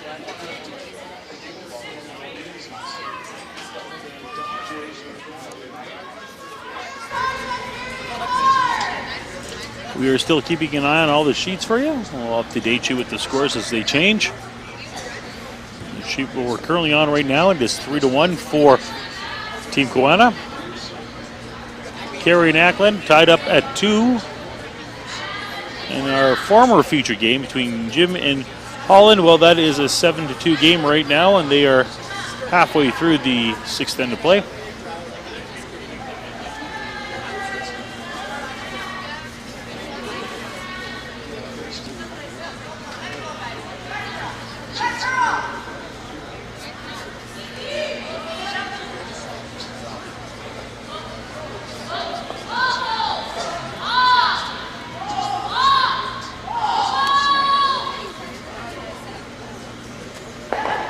Skip stones here for Team Froud. Loren Horton.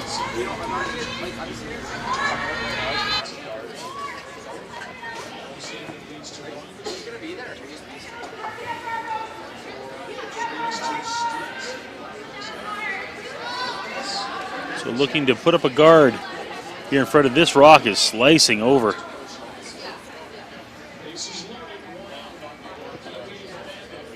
Yeah, that does take away the hit on the stone top 4 now. So there is that little angle run for Koana. So the Koana team, Tori doesn't throw last rocks. Junko Nishimura throws the last stones here. And they've used this lineup for quite some time. Tori was throwing second at one point and has moved up a bit. Now, this is a bit of a different lineup from last season. Junko missed. Actually, it looks like they are throwing them straight up. Sorry, I apologize for that. Yeah, Koana is throwing skip stones tonight. Yeah, that's new for this season even. Now, Junko is coming back. She missed last season. She took a year off, birth of a child. Her and her husband, Yuji, who is coach of the team. So, just probably try and, work her into the lineup. But she did previously throw last stones at one point with this team.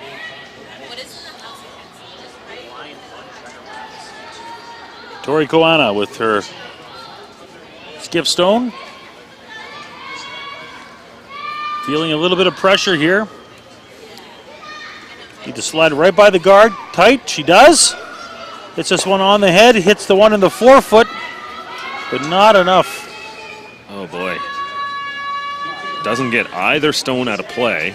They are third shot though, because the shooter does is closer than the one that's butting the edge of the 12. So Yeah. they are sitting third, but not a good situation for them.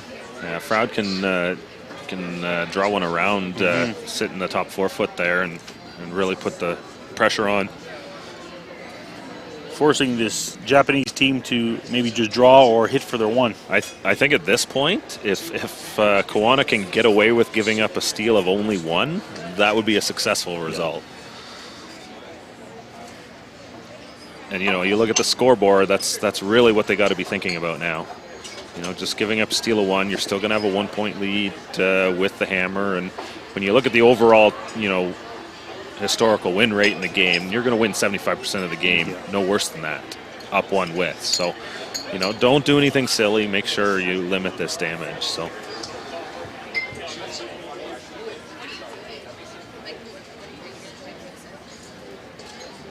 There's the view, the long view here, the Froud stone over-buried underneath.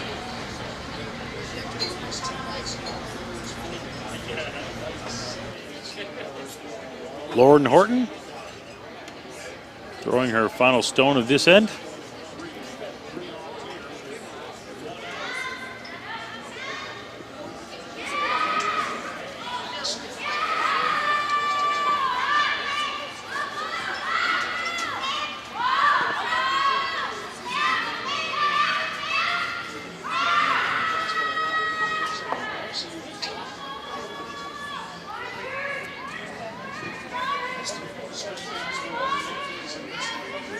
Hoping to bury another one in there. Force her opponent to draw for one.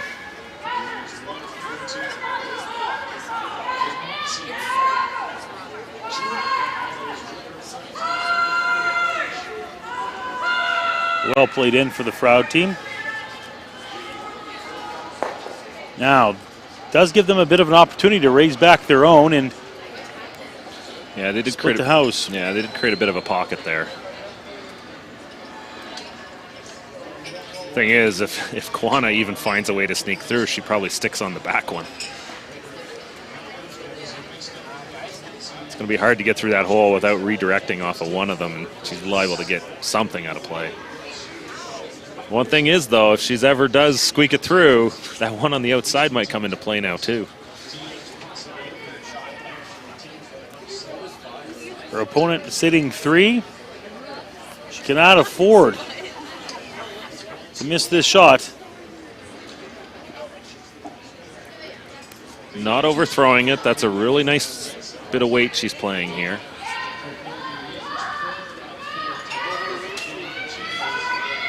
Sweepers on it for line. Yeah, really well under control here. One straight through the hole. Man, oh no. And it is a steal of, count them up, 1, 2, 3.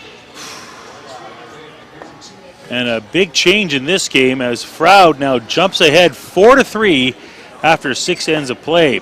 We're going to take a short break, but when we're back, more curling from the 2018 Canadians Women's Classic.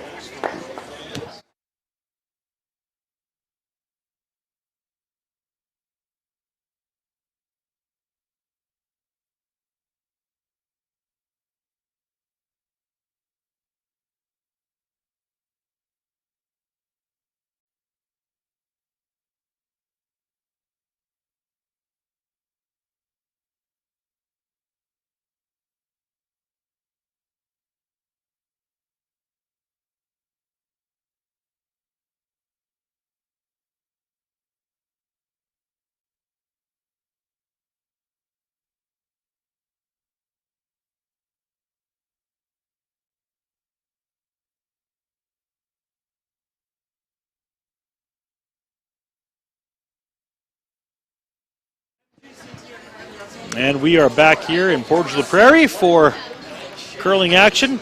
We are on end number 7 between Froud and Kawana. If you are joining us, you probably saw on the sheet that we are highlighting the Holland gym game. Well, that game's a little lopsided in the score, so we have moved on to another sheet. We are still watching that sheet. We will come back to it if there is a major play. But we are watching the Froud-Kawana game right now, and that one, what an end in the 6th end for the Froud team. Had the opportunity here to steal, and they did, as the Kawana club raised back their own, threw a port, nicked one of the blue stones, and rolled to the back of the house, allowing Froud to steal 3. So yes, that 5-rock free guard zone does come in handy now, doesn't it? Yeah, you know what? I was talking about it before the shot. I really didn't think it was possible to find a way to get through there, but they hit that first one so thin that it redirected and couldn't hit the back one. Had they hit it a hair thicker, it would have stuck. A hair thinner, it would have been fine. Yeah, just a really unfortunate miss for the Kawana team, and you know, maybe they should have taken, you know, we were talking during the break, you know, throw a little bit more weight, you know, tighten it up and just hit it harder. A little easier to control that line, you were saying. So, yeah, I think I agree at the end of the day. Well, it does change the dynamics of this game as we enter the 7th end, and how the strategy will play out for the Froud team. Yeah, they got the lead now. Up 1 without rather than down 2 with. That's a massive change within the game. So Kawana has just drawn one in right away, and Froud now will look to follow suit and try to bury one in the top of the forefoot. Now we are keeping an eye on sheet number 7, which is still going on, as well as Abby Ackland is playing Team Kerry. And Kerry is currently, it's hard to see who is, I know that the skips were both eyeing both those rocks, so I know it's very difficult to see who has shot stone right now. But oh, you know what? When I was looking over there earlier, I didn't see that yellow one on this side. So, yeah, that was, you know, great draw there by Ackland. So Ackland putting the pressure on the other skip to what looks like to be draw down to the button for a possible 2, maybe 1. We don't know. We will find that out in just a few moments. Well, this is one where Kerry, if she thinks she's shot, she's definitely going to be, like, playing it super safe here. Because a little over curl and just touching that yellow stone may promote it in for a shot. So I do believe Team Holland did just score 1, but we will get you updated on the score for that game in just a few moments. They are shaking hands here. They say that's close enough in this matchup for Holland and Jim. Yeah. So Jim will live to fight on another day. Yeah, into the playoffs now for this Korean side.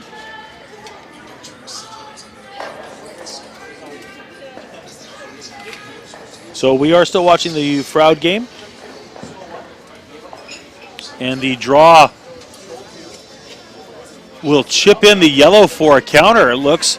So 1 yellow for Abby Ackland in end number, I do believe they're playing number 6 right now. So yeah, so they're going into 7 with a 1-point lead. Close game over there.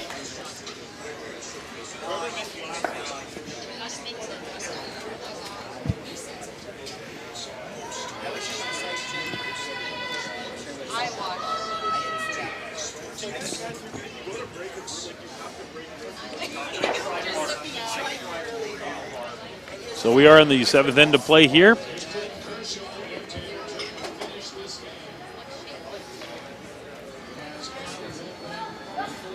And that center line guards, those 2 blue ones up front, are going to be very important in this end for Team Froud.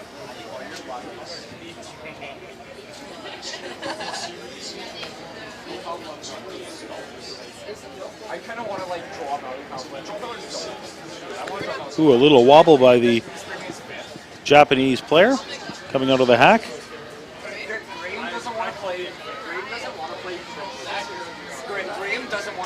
Yeah, so Kawana here is staying on the aggressive. Froud threw up center guard to start. Rock's still in the center here, so you know, they're not backing down at this point. Looks like the line is pretty good stagger there. A little bit of an over curl on that. They definitely wanted to be in the rings, top 12 there. But it stays in a good spot, protects shot stone. Yeah, Froud's going to have to play the hit and roll to the outside. Thinking about making a play on their stones out front. Hard to tell if they're frozen together. They may actually drag into that yellow stone. She hits it a little on the outside. I think that's what you might be looking at. Of course, they need to be just about frozen together in order for that to work.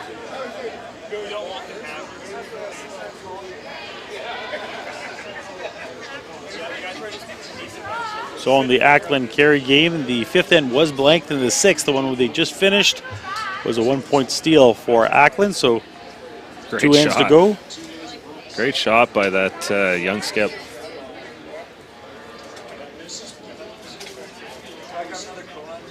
So Froud's team's going to take a minute here and talk about it. It's a bit of a sticky situation here.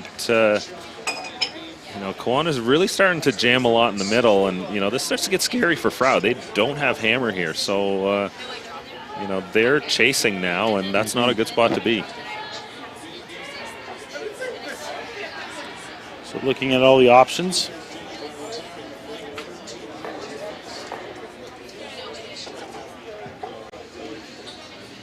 The one in the top 12, I think, is where there's biting the 8-foot there, is the one that I think they're the most worried about. That shot is so dangerous because you can tap it back, you can do anything you want with it. Yeah. The question is, if you hit and stick, you are not shot stone, so not great. The other problem is the hit and stick is very, very difficult, just the way the stagger is. So you're more likely to roll away. Yeah. And then what you're going to leave behind is an opening for Kawana to actually draw in again and make it even better. So that's the scary part here, that, you're facing a tough shot now, but you might be facing an even tougher one. So they're looking at drawing in on the outside. Yeah, this is a little crazy. I love it. But if you look at this, if they go too deep, the yellow that is there, that is currently shot rock in the top 8-foot, could easily be promoted into the 4-foot, or used to be tapping back onto yours. Yeah. So it's playing this is a bit dangerous. Do you want to keep it even with the yellow, or do you want to play just a hair ahead? I want to be somewhere where I'm shot. Yes. That's what I'm talking. That's what I'm here. Yep. Which, if I freeze to the back one here, that's fine. It takes the really big end away because it outcounts the back one, it accounts any risk at the top, and it's locked. The other thing that happens here is, let's say they make a good one and Kawana tries to slash in, then it's Froud who's got the opportunity to draw around the other way and sink something in there. So this shot is, maybe not as crazy as it first appears to be. So, a good shot there. Kawana's definitely got the angle slash there. They could, slash that in underneath, but it would then open up the door for Froud to corner freeze on the face of it as well.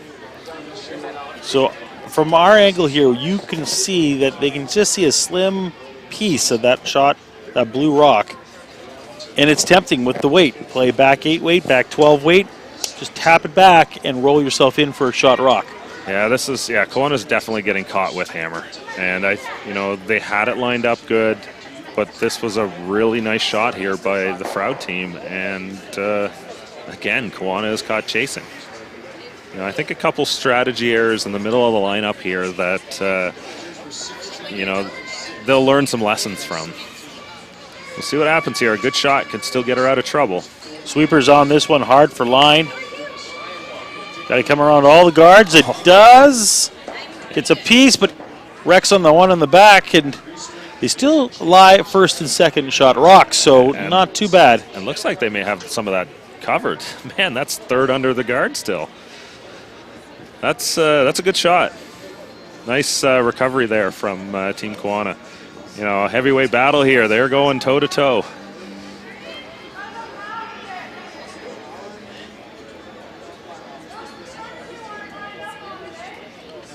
So Horton here looking for some options. She is the third listed on the sheet, but she is playing skip for this weekend's matchup. If you're just catching us now, we have mentioned it before, but we'll mention it again. So Susan Froud is playing third stones in this event. giving Horton the opportunity to skip. So, as you said, they're just trying something new. Yeah, they come to the biggest event they've played as a team, and roll the dice. Yeah, let's see. So Loren Horton, she's a few years graduated as a junior. She's still quite young, and she skipped a team out of the Ottawa area in juniors and was very good. Was a competitor for the provincial title every year. So this is a natural progression within the team. But it's just interesting to see them throw her into the fire now. Susan Horton with a little bit of weight here, trying to get around the guards. Oh, another small wreck and another opportunity for the Japanese team to put another rock in the ring. So close. That gets by. That probably hits and rolls inside, and may have left Froud's sitting shot under cover. Instead, now the Japanese team with an opportunity to place one in top 12, freeze it up to their yellow in the 8-foot. A little tap back would be nice.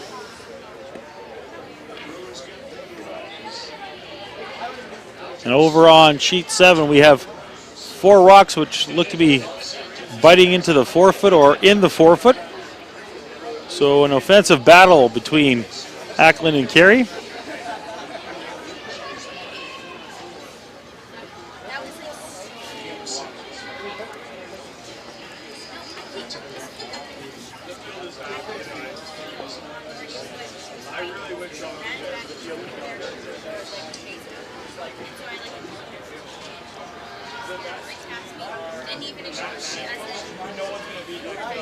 Sweepers on this one hard. For a line now, both sweepers on.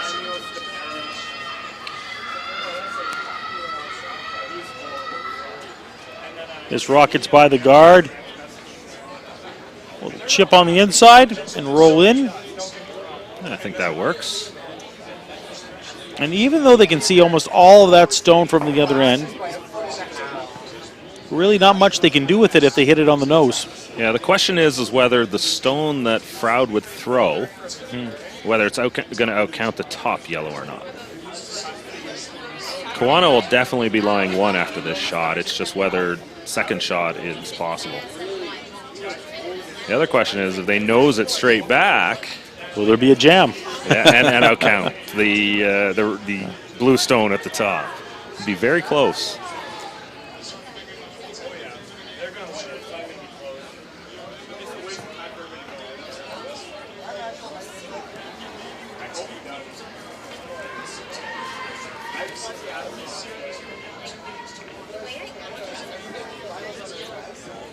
Susan Froud with her second stone. Out wide and chips the one that was on the top of the 4-foot there. But not out. Not out, and it is wide open. Opportunity to hit and roll in off of that stone is possible. Yeah, but, it's behind the tee line. For Kawana, they're going to look to just claim that top of the 4-foot there around the same side. I think you're right. I think you got to do something over on the other side.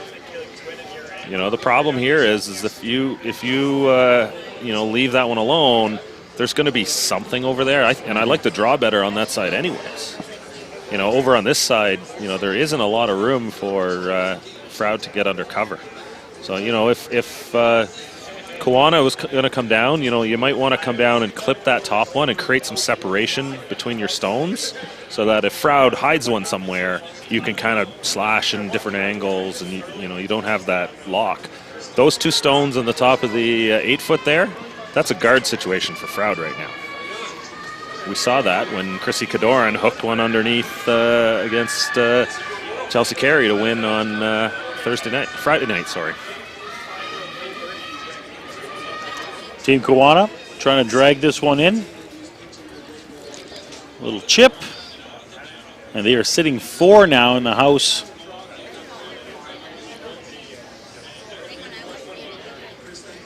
Yeah, play that hit and roll, maybe. But I think it's easier to draw to the back 4-foot.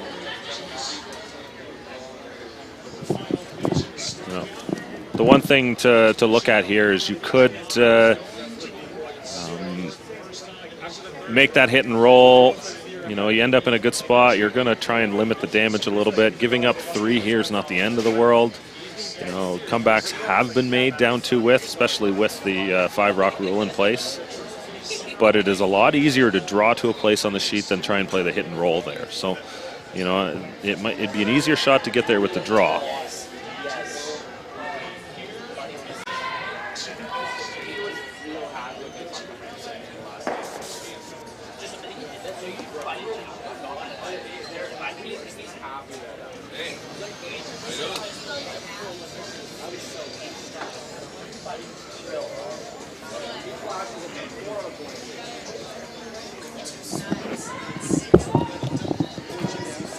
First skip stone for Team Froud.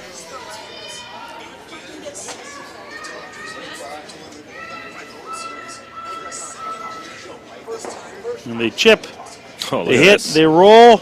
Shot stone. Shot stone is right. What a shot. And buried behind everything. Now there is a possibility of a run back here. Yeah, Canad does have, if they squeak the guard up top, they can get close to nose and make that short little tap. I think that's what they have to do here. Now you got to score 2 here. So, you know, you got a chance to make that shot here. Even if you know, this is her first skip stone. So even if she was to, you know, hit half a stone and chip it into her stuff in the middle, she might actually redirect that angle in the middle into a better position and at least lie 1. So, you know, make sure you make contact here with the yellow stone. Don't wreck on that front guard.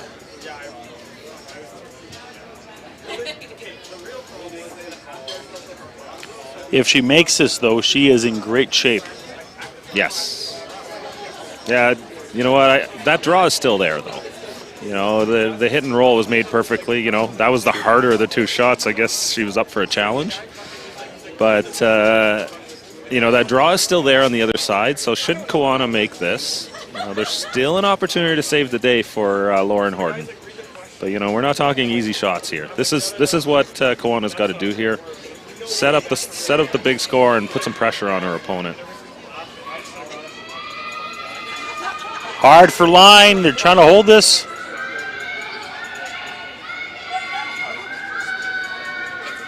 Got to get around the blue. Little wick again. And not what she wanted. No problem with that. You had to touch one of the yellows. If you touch the yellow, you're good. So, you know, unfortunately, that was the worst way to miss that shot. And, you know, now for Froud, she can kind of hook one around and sit 1-2. You know, the other option here, she could throw the guard up here, which looks like what she's going to do. You know, take the big shot away from Kawana and let her play the draw, which is quite fine. You know, if Froud can get a force here, then she'll have Hammer coming home. Smart play here by Froud just to try to hold them to 1. That's the key. Hold them to 1. You do not want to have them get their deuce and lead by 1 going home.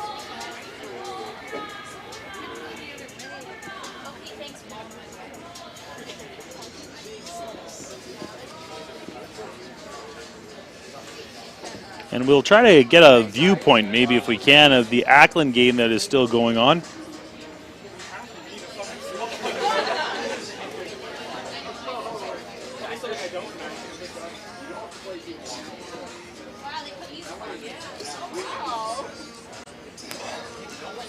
So Loren Horton, her final stone of this 7th end. This is a big one. Needs to guard up the left-hand side of the screen, as you see here. Trying to put a nice guard up.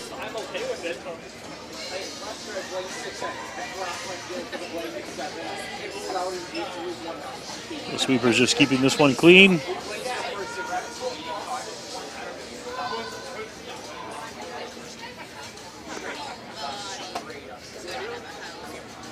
Just barely over the hog, making it very difficult for the team from Japan to come around and play on their own rock.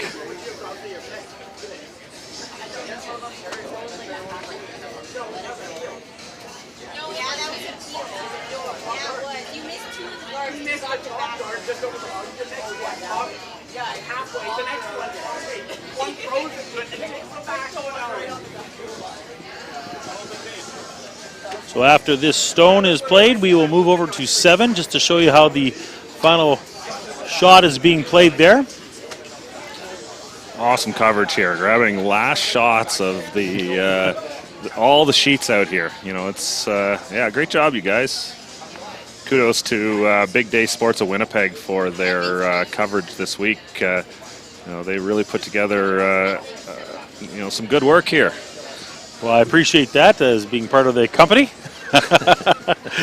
It's our pleasure to bring all this curling action to you, and it's all part of Canadians and their commitment to curling here in Manitoba. And as you can see here, the sweeper's working hard.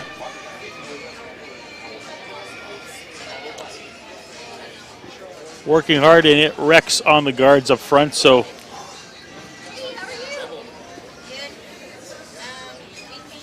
looks like not the outcome that they were hoping for on this end. We will move over to sheet 7 to see how the final 2 shots will play out.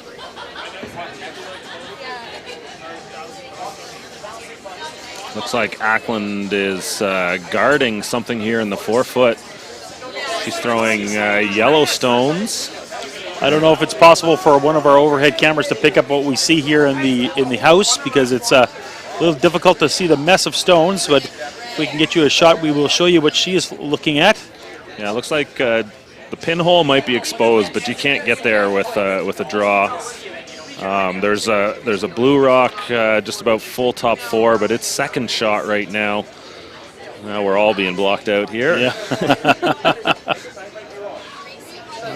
There we look at from the overhead on 6. Yeah, you can see how it's all lined up. So Ackland is the yellow stone. You can see that she is shot rock in the house, just trying to cover something up here as much as she possibly can and try to force them to draw for 1. I'm not sure what she's playing on the side of the sheet, to be honest, because there's no hit there. I don't believe there's an angle run back of any kind. I think the shot Chelsea Carey's got is the in-off on that yellow on the other side there.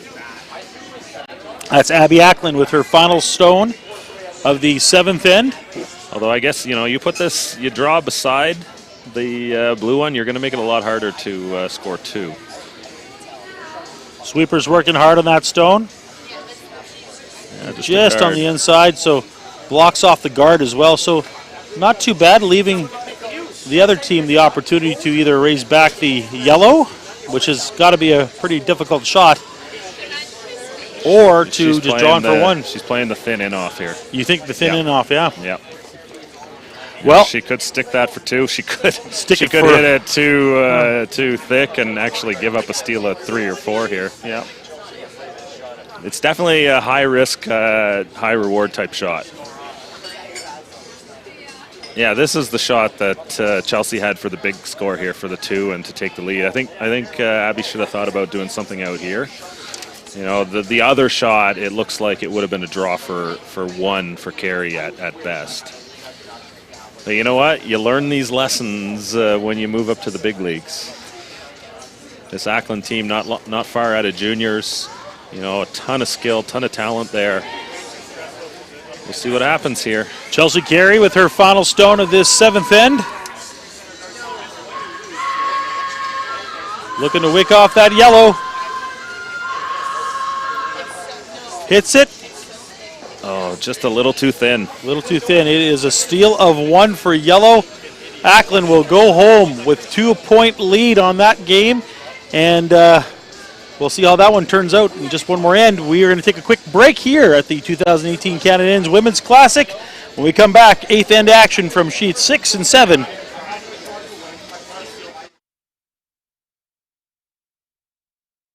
Eat. Meet. Stay.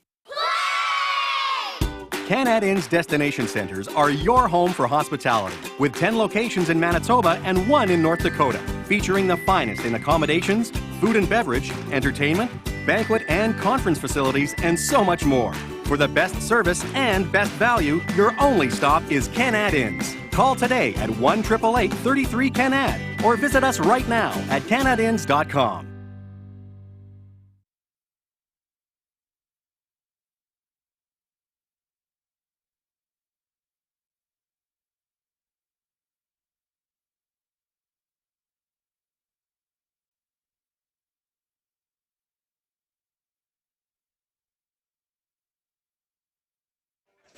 All right, we're back here on sheet number 6 between Froud and Kawana. And Kawana's stone there, you can see right through the house. Froud has a couple already put into the rings. Yeah, just a little too deep. Sliding through is not good here. Now saved by the corner, by the 5 rock rule. Normally, last season they would have stepped up, peeled this, the end would have been over. And now Froud still has to do something. The other thing is, the great thing about that shot is we're going to be able to keep an eye on sheet 7 at the same time too. Kerry and Ackland coming home. So let's work on a little dual work here. So both games had 2-point advantage. Froud up by 2 here, going into 8. Ackland up by 2, going into 8. So neither team of those teams have the hammers. So Kawana with the hammer and Kerry with the hammer.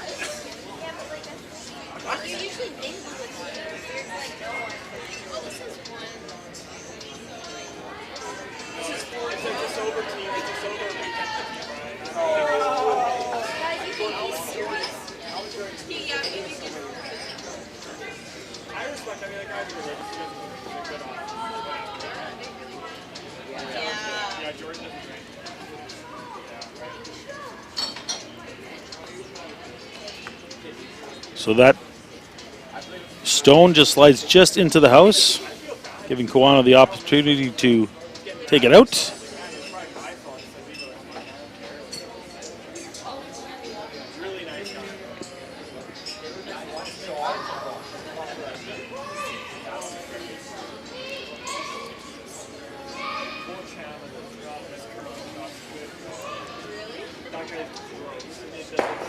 Hit the top one, missed the 2 in the house, and their yellow one manages to bite in the top of the 12, so not too bad, and behind cover to boot.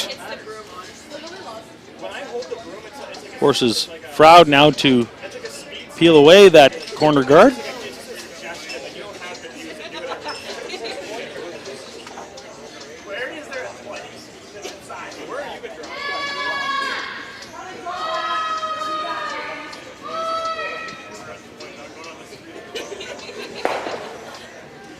So they get the top one, miss the one that's just biting the house, and their shooter just rolls a few inches away. So yeah, that's a miss. You got to remove at least one of those stones in that situation. 3 is big time in play now.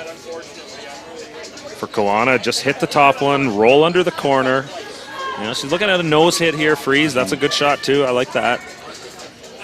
She doesn't have to make the double here, and you're better off if you don't. You use the second stone as some sort of a guard. I like this nose hit here a lot. Regardless, you move 1, it's only going to take 1 shot to remove the other blue.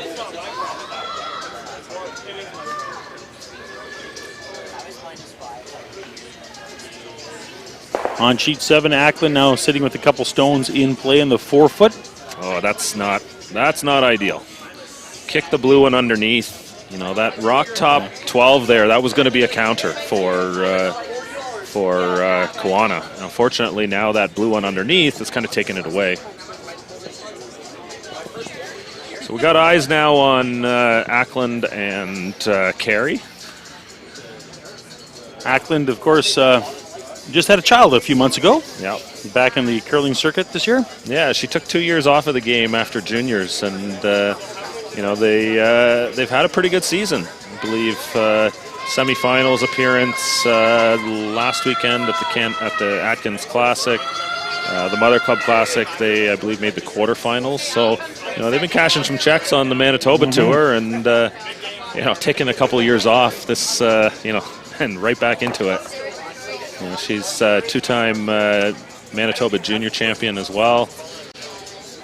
Name I think we're going to hear a little bit more of in the next few years. Well, I was just advised by her mother that her husband, Clark, last name Playtink, you may have heard that one before, giving her a big shout out to say good luck, and coming home on the 8th end, they're hoping to get the win. Yeah, you didn't realize that she was married to... Well, I didn't know Abby's last name all these years, and then when I see Ackland, it didn't jive. Didn't jive until yesterday, right? Yeah. And then she's like, "Ken, you didn't know I curl?" I said, "No, I had no clue." So, this is one of those things. Though they did live out of town for a number of years, so I didn't have the opportunity to see them. So they just recently moved back to Winnipeg, so it's kind of nice.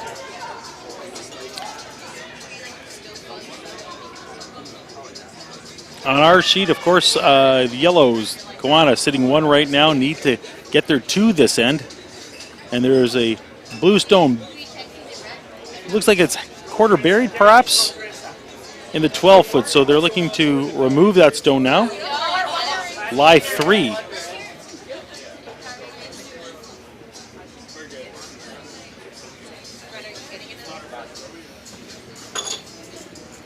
Yeah, looks like I didn't see the shot, but looks like Froud's team had an open miss on the outside stone there. We're watching the Ackland Kerry game.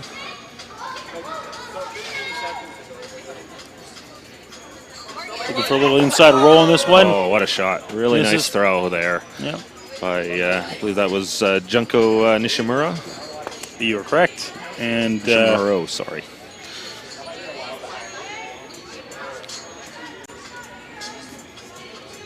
they are now sitting 3. Not how Froud wanted this end to go so far.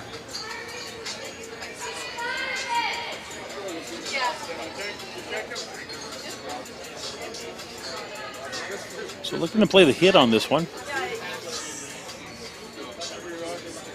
Yeah, she's going to need a double of some sort here to prevent the loss. 5 rock rule. You know, this seems like an opportunity for some sort of a game. Susan Froud throwing 3rd rocks tonight. Just by the guard. 1, 2, and a corner freeze.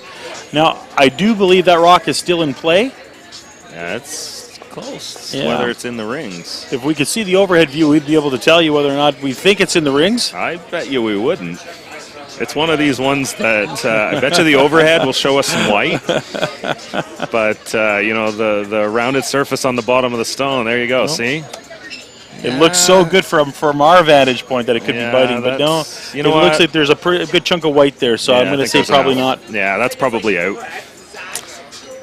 Nice shot, really Beautiful nice shot, and really gets her team out of a bind in this end. The other thing that happened there is she rolled the shooter all the way over to the other stone. And corner freezes. Yeah, and so Kiwanis has to make a play on this blue, and, or, you know, this is what she is doing. Oh, no, she's drawing around the corner.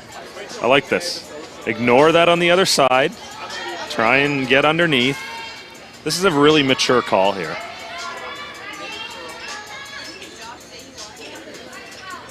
I was just going to say I'd love to see her go under the corner, so that's exactly what they aim to do. Just came up a little short. Not enough, just a little wide on the line, so they had to wait to try and let it curl. Fortunately, it comes up a little short, too. On sheet 7, Ackland still sitting 3 stones in the house. Underneath a Kerry center guard on top of that. Team Froud is blocking out. And throwing, it looks like.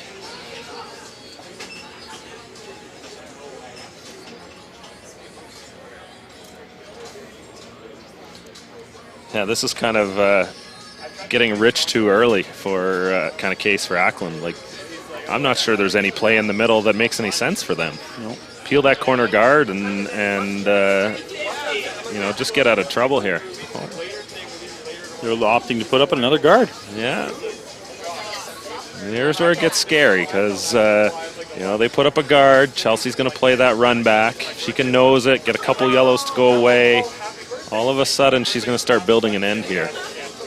Like, it's pretty much a lock if you peel that corner guard that Kerry's not getting 3. Loren Horton with her first of 2, this 8th end.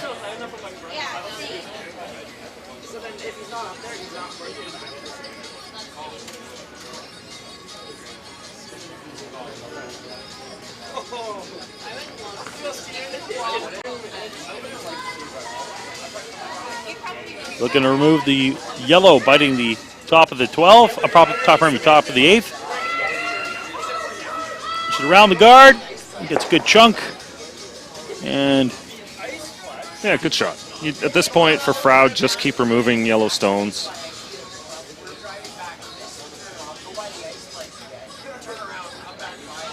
Again, you know, forcing 2 here, limiting the damage for Froud is really an optimal result. Winning here would be the best option, and forcing a single or getting a steal, but getting to that extra end in a tie game with Hammer, you're in a very strong position. So, that always has to be in the back pocket as an option. Both games are in that position now. Don't risk, letting a team back in the end. Well, keeping an eye on both sheets. Just a few rocks remaining on our sheet, and still a good handful of stones on sheet number 7. So if our sheet ends early, we will push over to sheet number 7. It's not the best view that we have, but we will show you how that one ends up as well. Yeah, it's better than no view. And waiting for the news tomorrow morning is never that good. So we will show you what's going on that sheet. As you can see, exciting finishes here at the Canad Inns Women's Classic. It's really exciting to watch the growth of the women's game the last few years. You're really seeing, players, making more bigger weight shots, and here we go. Here's another one. That was my fear for for Ackland throwing up that guard. Kerry is now second and third shot, it looks like, and both are under cover. Yeah, you are correct. So option now, I guess, for Ackland is just to throw one into the rings and try to make it difficult.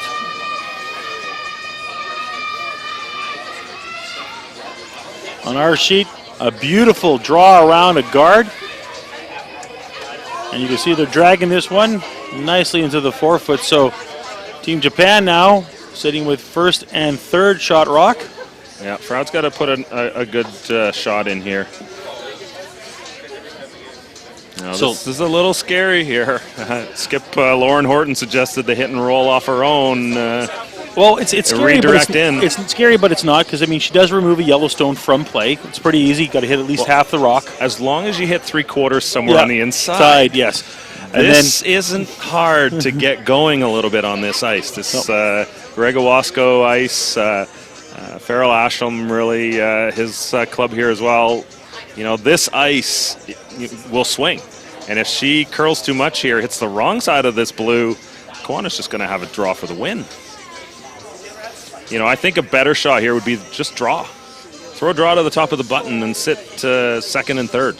There is no double. It'd be very hard to leave a double there. And, this is scary.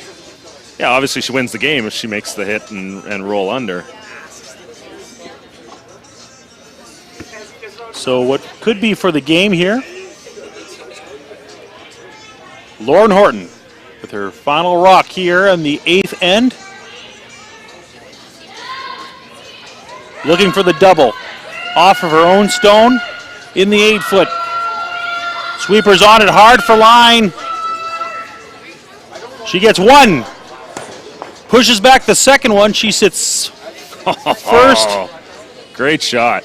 She sits first and third, so if they can remove that stone. Now there is a double there for Kiwanis to get her 2 yet.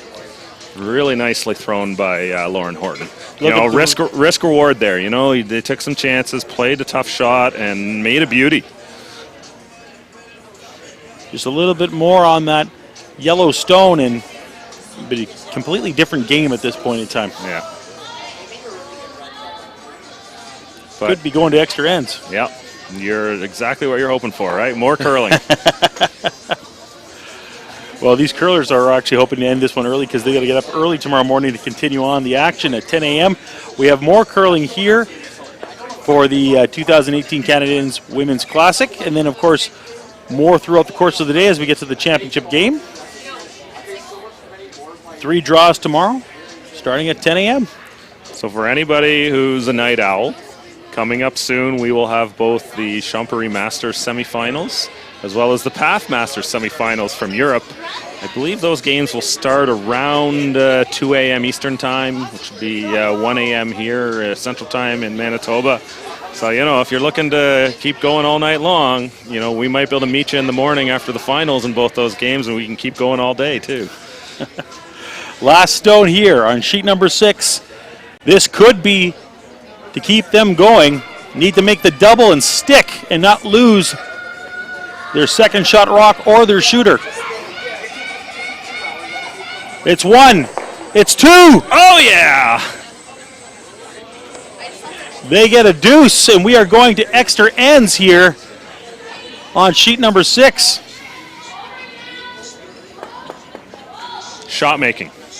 What a clinic these two teams are putting on here. What a great, great, great shot. So, yes, we're going to play one more here on sheet 6. We're going to move our attention now over to sheet number 7 as they get ready for their final rocks. We will go back to sheet 6 as we complete sheet 7. So we will take a short break here, and when we come back, we'll move over to sheet 7 and show you their final rocks.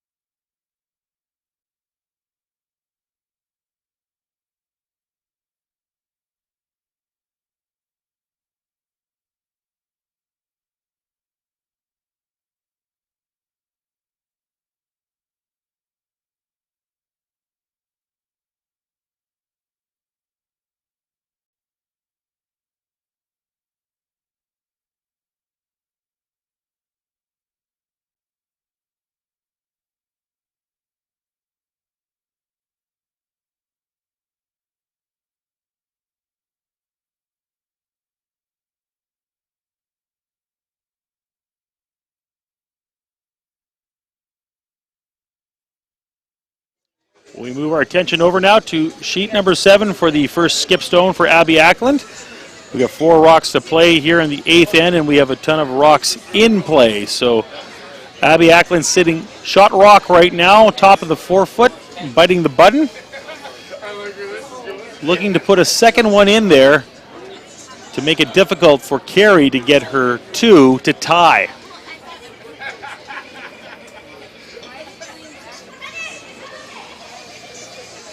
And we will keep you up to date if something happens on sheet number 6. They are now tied at 5 apiece after 8 ends of play. They are playing a 9th extra end here. And Ackland kind of rethinking what she's doing here. I was talking to her front ends.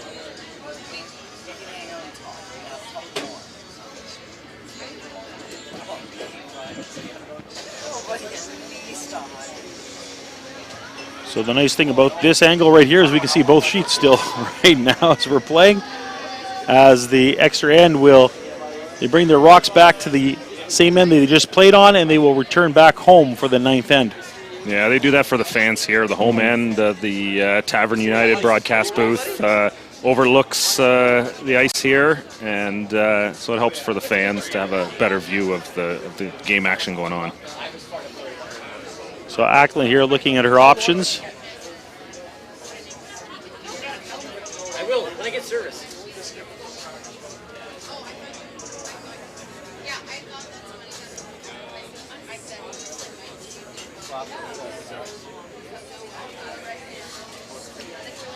So our 10 a.m. game tomorrow will be against Anderson and Muirhead on sheet 6 is where we're going to be showing our action at 10 a.m. at 2 p.m.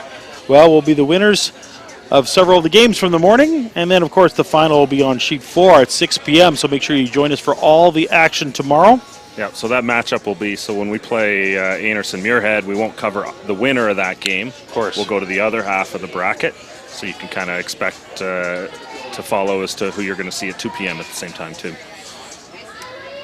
So if your team isn't playing on the TV in the morning, and they're in the other half of the bracket, cheer hard and you might get a chance to watch them. And if you're close, you really should be coming down to the Portage Curling Club and coming and checking out the action for real.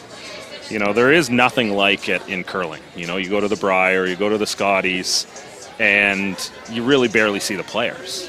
You know, you'll get elbow to elbow with the curlers in the bar after games. You know, they come hang out here. They have some food in the Tavern United pub, which essentially acts as the warm room for the curling club. It's it's such a great facility here, and you know, there's some tickets at the door, but you'll never get closer to the curlers than in an event like this. It looks like Ackland here over-curled a little too much and throws up a guard that isn't as useful as she was hoping. Gives the opportunity now to Kerry to try to find a way to remove that yellow shot stone that's in the forefoot. Yeah, it looks like, this is probably still only to lie 2. Her shooter's likely going to roll too far. The back stone should still outcount it. But again, it'll be buried, and it'll keep putting some pressure on this Ackland team.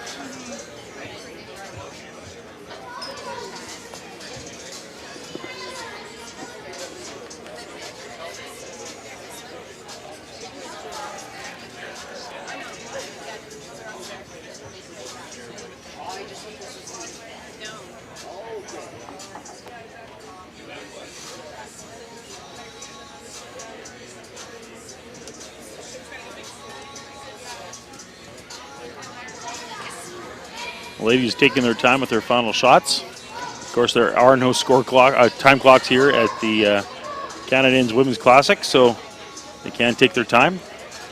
First rock for the skip for Team Kerry.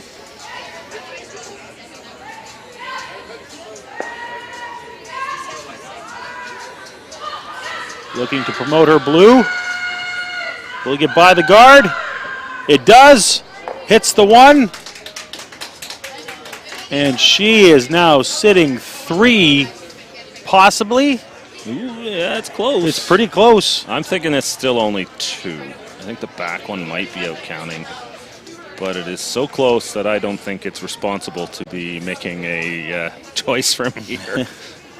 Well, luckily for Ackland, she has the opportunity to hit the blue on the outside, that second shot, and roll in for shot rock. She may be throwing the draw here. Or throwing the draw. Yeah, that guard, I think, is in the way of the hit. Yeah, we're on a bit of a weird angle here, and we are sitting on sheet 4 right now. Yeah. We're trying to watch from here, so it's kind of hard for us to see if there is enough room for her to make the takeout, or is she going for the draw? Yeah, it's definitely caught me a couple of times.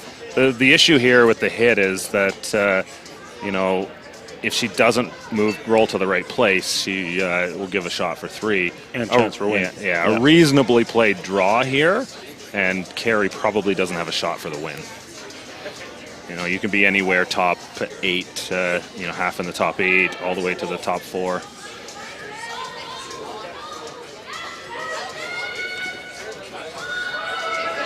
Looks like you're right. It's a draw. Sweepers on this. You got to get through the port. That's the biggest thing. Ooh. All over the guard. So that's 2 rocks in a row she had that over curled on her. Oh, they are lying 3. That's it.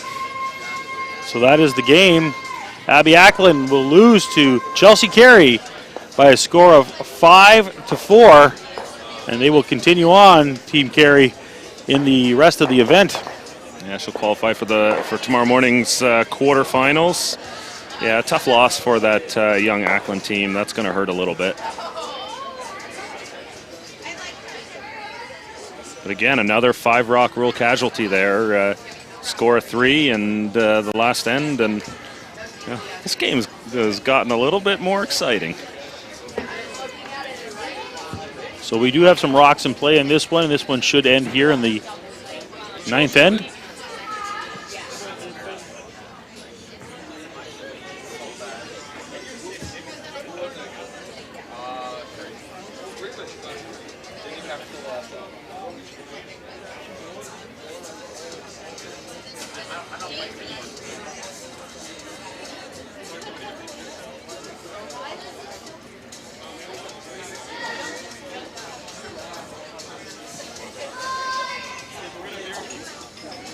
Looking to do a little peeling here, take off the top guard.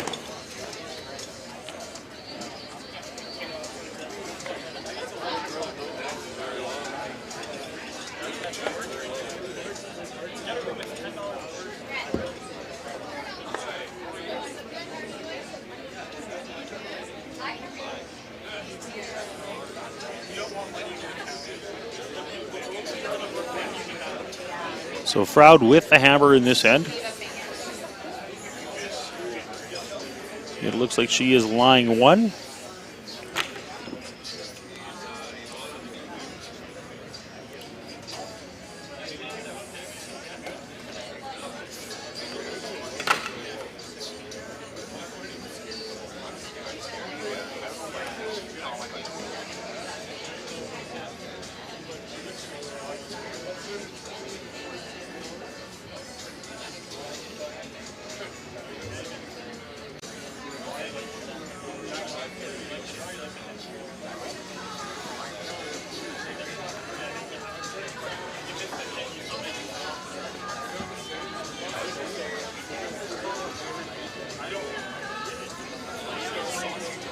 Japanese team just looking to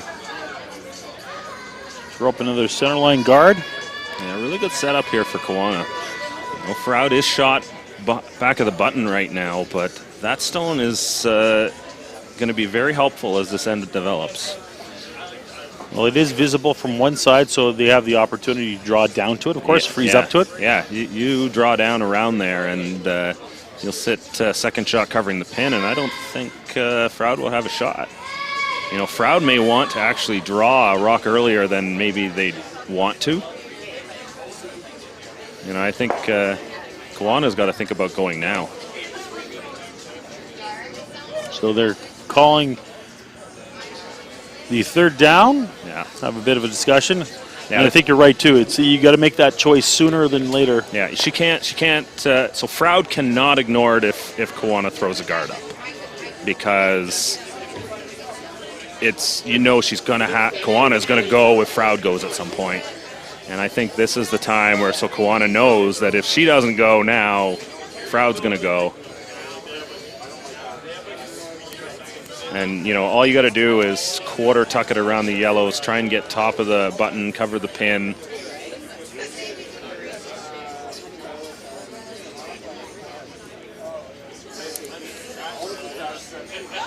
Not 100% sure on the rock count here. I think this is the last of the third stones for Kawana. Yeah, 5 yellows in play right now. And I still see 3 blues, so yeah. So 6 stones remaining in this end.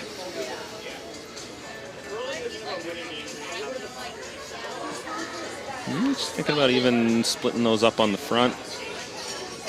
Create a better angle to the back. That's not bad either. Yeah, so she does have options. If she ever overcurls this with that back, that T-line weight and chips off the front, not terrible either, because she'll actually put those yellows into better line right on the shot. So a couple options here. You know, just throw the right weight. This is really the spot you got to throw the right weight so that you can make something out of it. Junko Nishimuro with her last stone of this 9th extra end.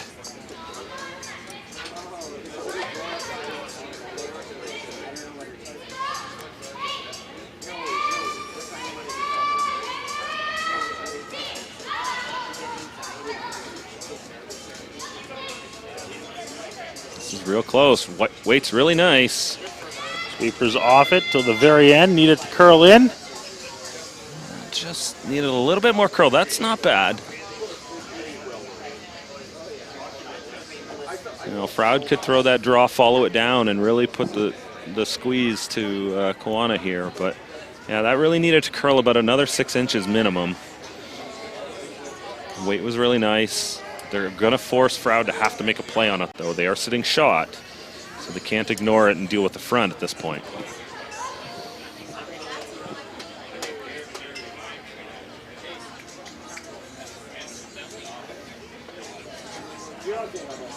So Susan Froud coming down to talk to her skip.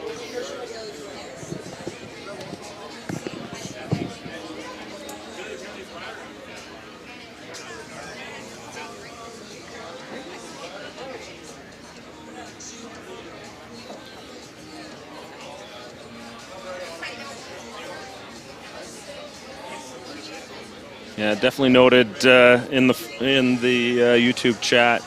You definitely have to be careful here with this hit on the yellow stone too. Any kind of, you know, nose hit or a little bit of an outside hit, that blue stone back of the button could leave play, leaving Kawana sitting first and second shot, top of the 4. So really precise shot here for Froud.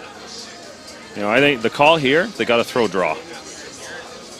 You got to, you know, kind of follow that down, try and get to the nose, tap it back a foot or two, you know, kind of create a pocket there with your stones.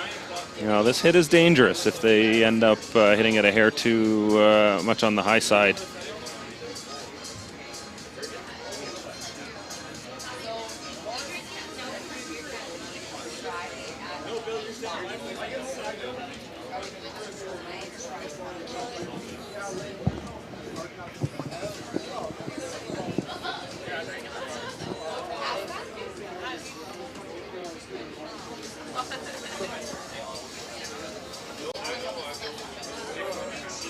Susan Froud with her last rock in this 9th end.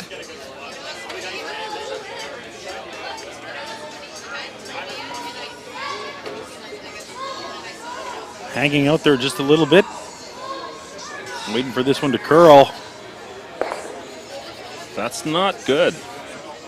Not what they wanted. Now an opportunity for the Japanese team to hit and roll in and lie 3. Yeah, removing that back stone, that's not good right now. You know, it's, you know, looks like that stone is 3/4 open, maybe more.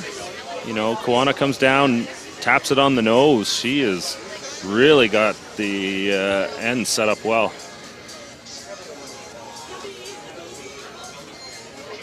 Yeah, I really like the draw there much better. You know, you couldn't, that blue stone in the back was an important rock. If you came down and just threw a draw in there, back 4, back button kind of weight, and move that yellow back and leave yourself sitting shot there, you know, you would have really, you know, controlled that 4-foot. Now, you know, with a, you know, a makeable shot here, Kawana, you know, might just win the game right here. Still looks like, what do we got? 2 stones, 3 stones to come yet? Well, this is the first of the 4 skip stones, so yeah, so it looks like there's 2. Yeah, sorry, 2 blues there. Yeah, 2 blues well. and 2 yellows. Yeah, Froud does have the hammer, so it does come down to her. If she sees any bit of the button, she may have a chance, but yeah, that's going to be tough here if Kawana makes a good one, because you know Froud's going to rip. If she makes a good hit here, Froud's going to try and move as many of those yellows as possible to open it up. Yeah, and Kawana's going to guard what remains. There's likely going to be a really good setup still remaining even after Froud rips. They're dragging this one, little wick, and they push the blue one in. Okay, that's still pretty good for Kawana right now. So if you're Froud, what do you play? You know that if you play the one that's on the right side, it's going to wick off your blue, that shot rock, and jam. This is scary. I think you got to throw hit weight, hit on the inside, and kick in. Try and make the double on those 2 yellows on the top of the 4. You're going to lose your blue one, but hopefully you pull out both yellows and your shooter rolls pretty tight and stays right in the spot. Yeah, so your shooter would sit top 12 there. Kawana would probably be left with either a short run or try and pick your blue out, and then you'll probably have the 4-foot to draw to. You know, this ice, though, it's got a ton of swing in it. If they know the spot around the other way, you know, Kawana may be left with, you know, the draw to the back of the button. Yeah, but again, Froud will have likely a short run to get rid of it. So, yeah, throw some weight at this.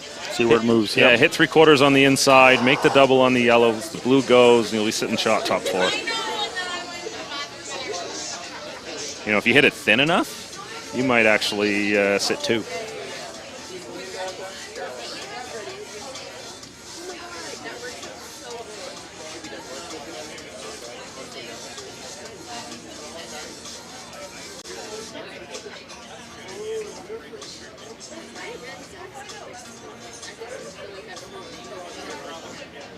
Lots of decisions to be made here. Which way do you play it? The one thing is if you throw, if you throw up weight, firm weight at the middle of this, if you over curl too much and catch the top yellow, you'll probably make the double on those yellows, which is not a bad option either. you catch it, if you miss, you're going to catch like a thin quarter, maybe a fifth of the top one, and kick it sideways.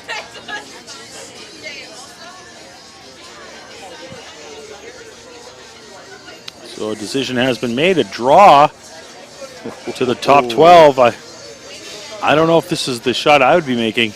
Yeah, I come from Ontario, and we like to solve our problems with draws in Ontario. So, I don't even like this, but I know where this comes from.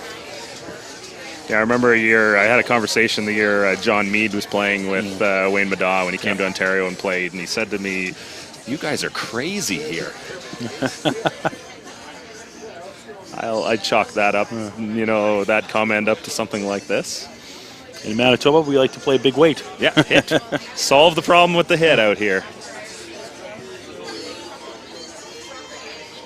Yeah, it's really interesting how the divide in this country is and the mentality about how the game is played. I think that's why it's important for teams like Froud here to travel from time to time out here and see a different perspective. Loren Horton with her first of 2 skip stones. Looking to draw to the 12-foot, kind of freeze up to one of those yellows. Yeah, even if they act as a guard here, it's going to force Kawana into just a straight double tap. Looks like an over curl, though. That yellow is exposed. Kawana hits a quarter, and it might be lights out time for Froud. That, of course, is the angle from the side of the sheet, so a little deceiving, but yeah. But you can see the center line kind of running through there, right? Yeah.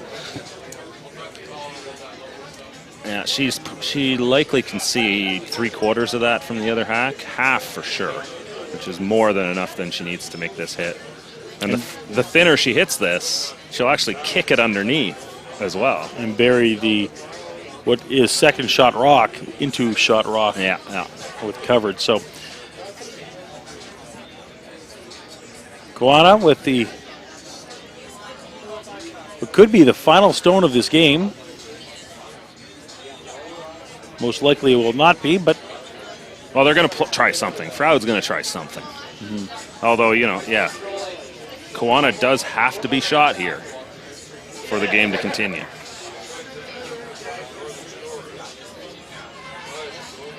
I got there.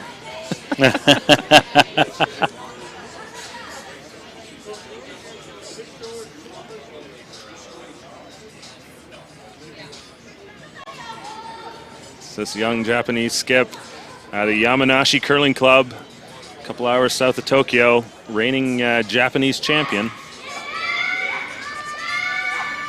hits the yellow pretty well on the nose. Great shot. And this makes it extremely difficult for Team Froud. That is a little difficult there, though. Yeah, you got interested spectator Arnold Asham looking on here. Arnold, a great supporter of this team out of Japan. There were some. This team just throwing right now. Just finished throwing with them. So they stopped into the store here in Winnipeg. Pick up some curling gear, obviously. Yeah, and I was just there the other day to pick up my curling gear, so. You were in there? Thank you.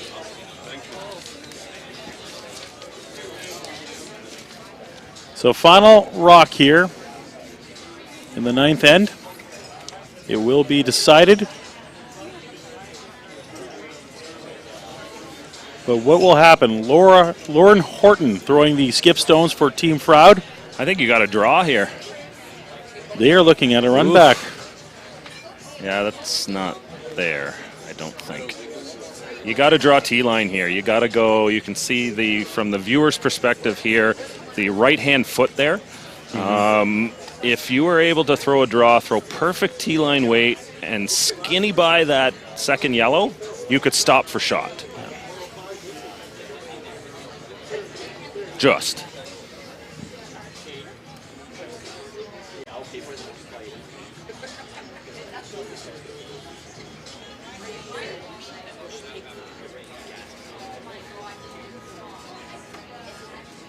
Well, Horton sees something that we perhaps don't quite see, so we'll see how this turns out. Yeah, you never know. You know, I think this is a wing and a prayer kind of shot, hoping for some drag. And that rock moving quite a bit. The play was to run it back.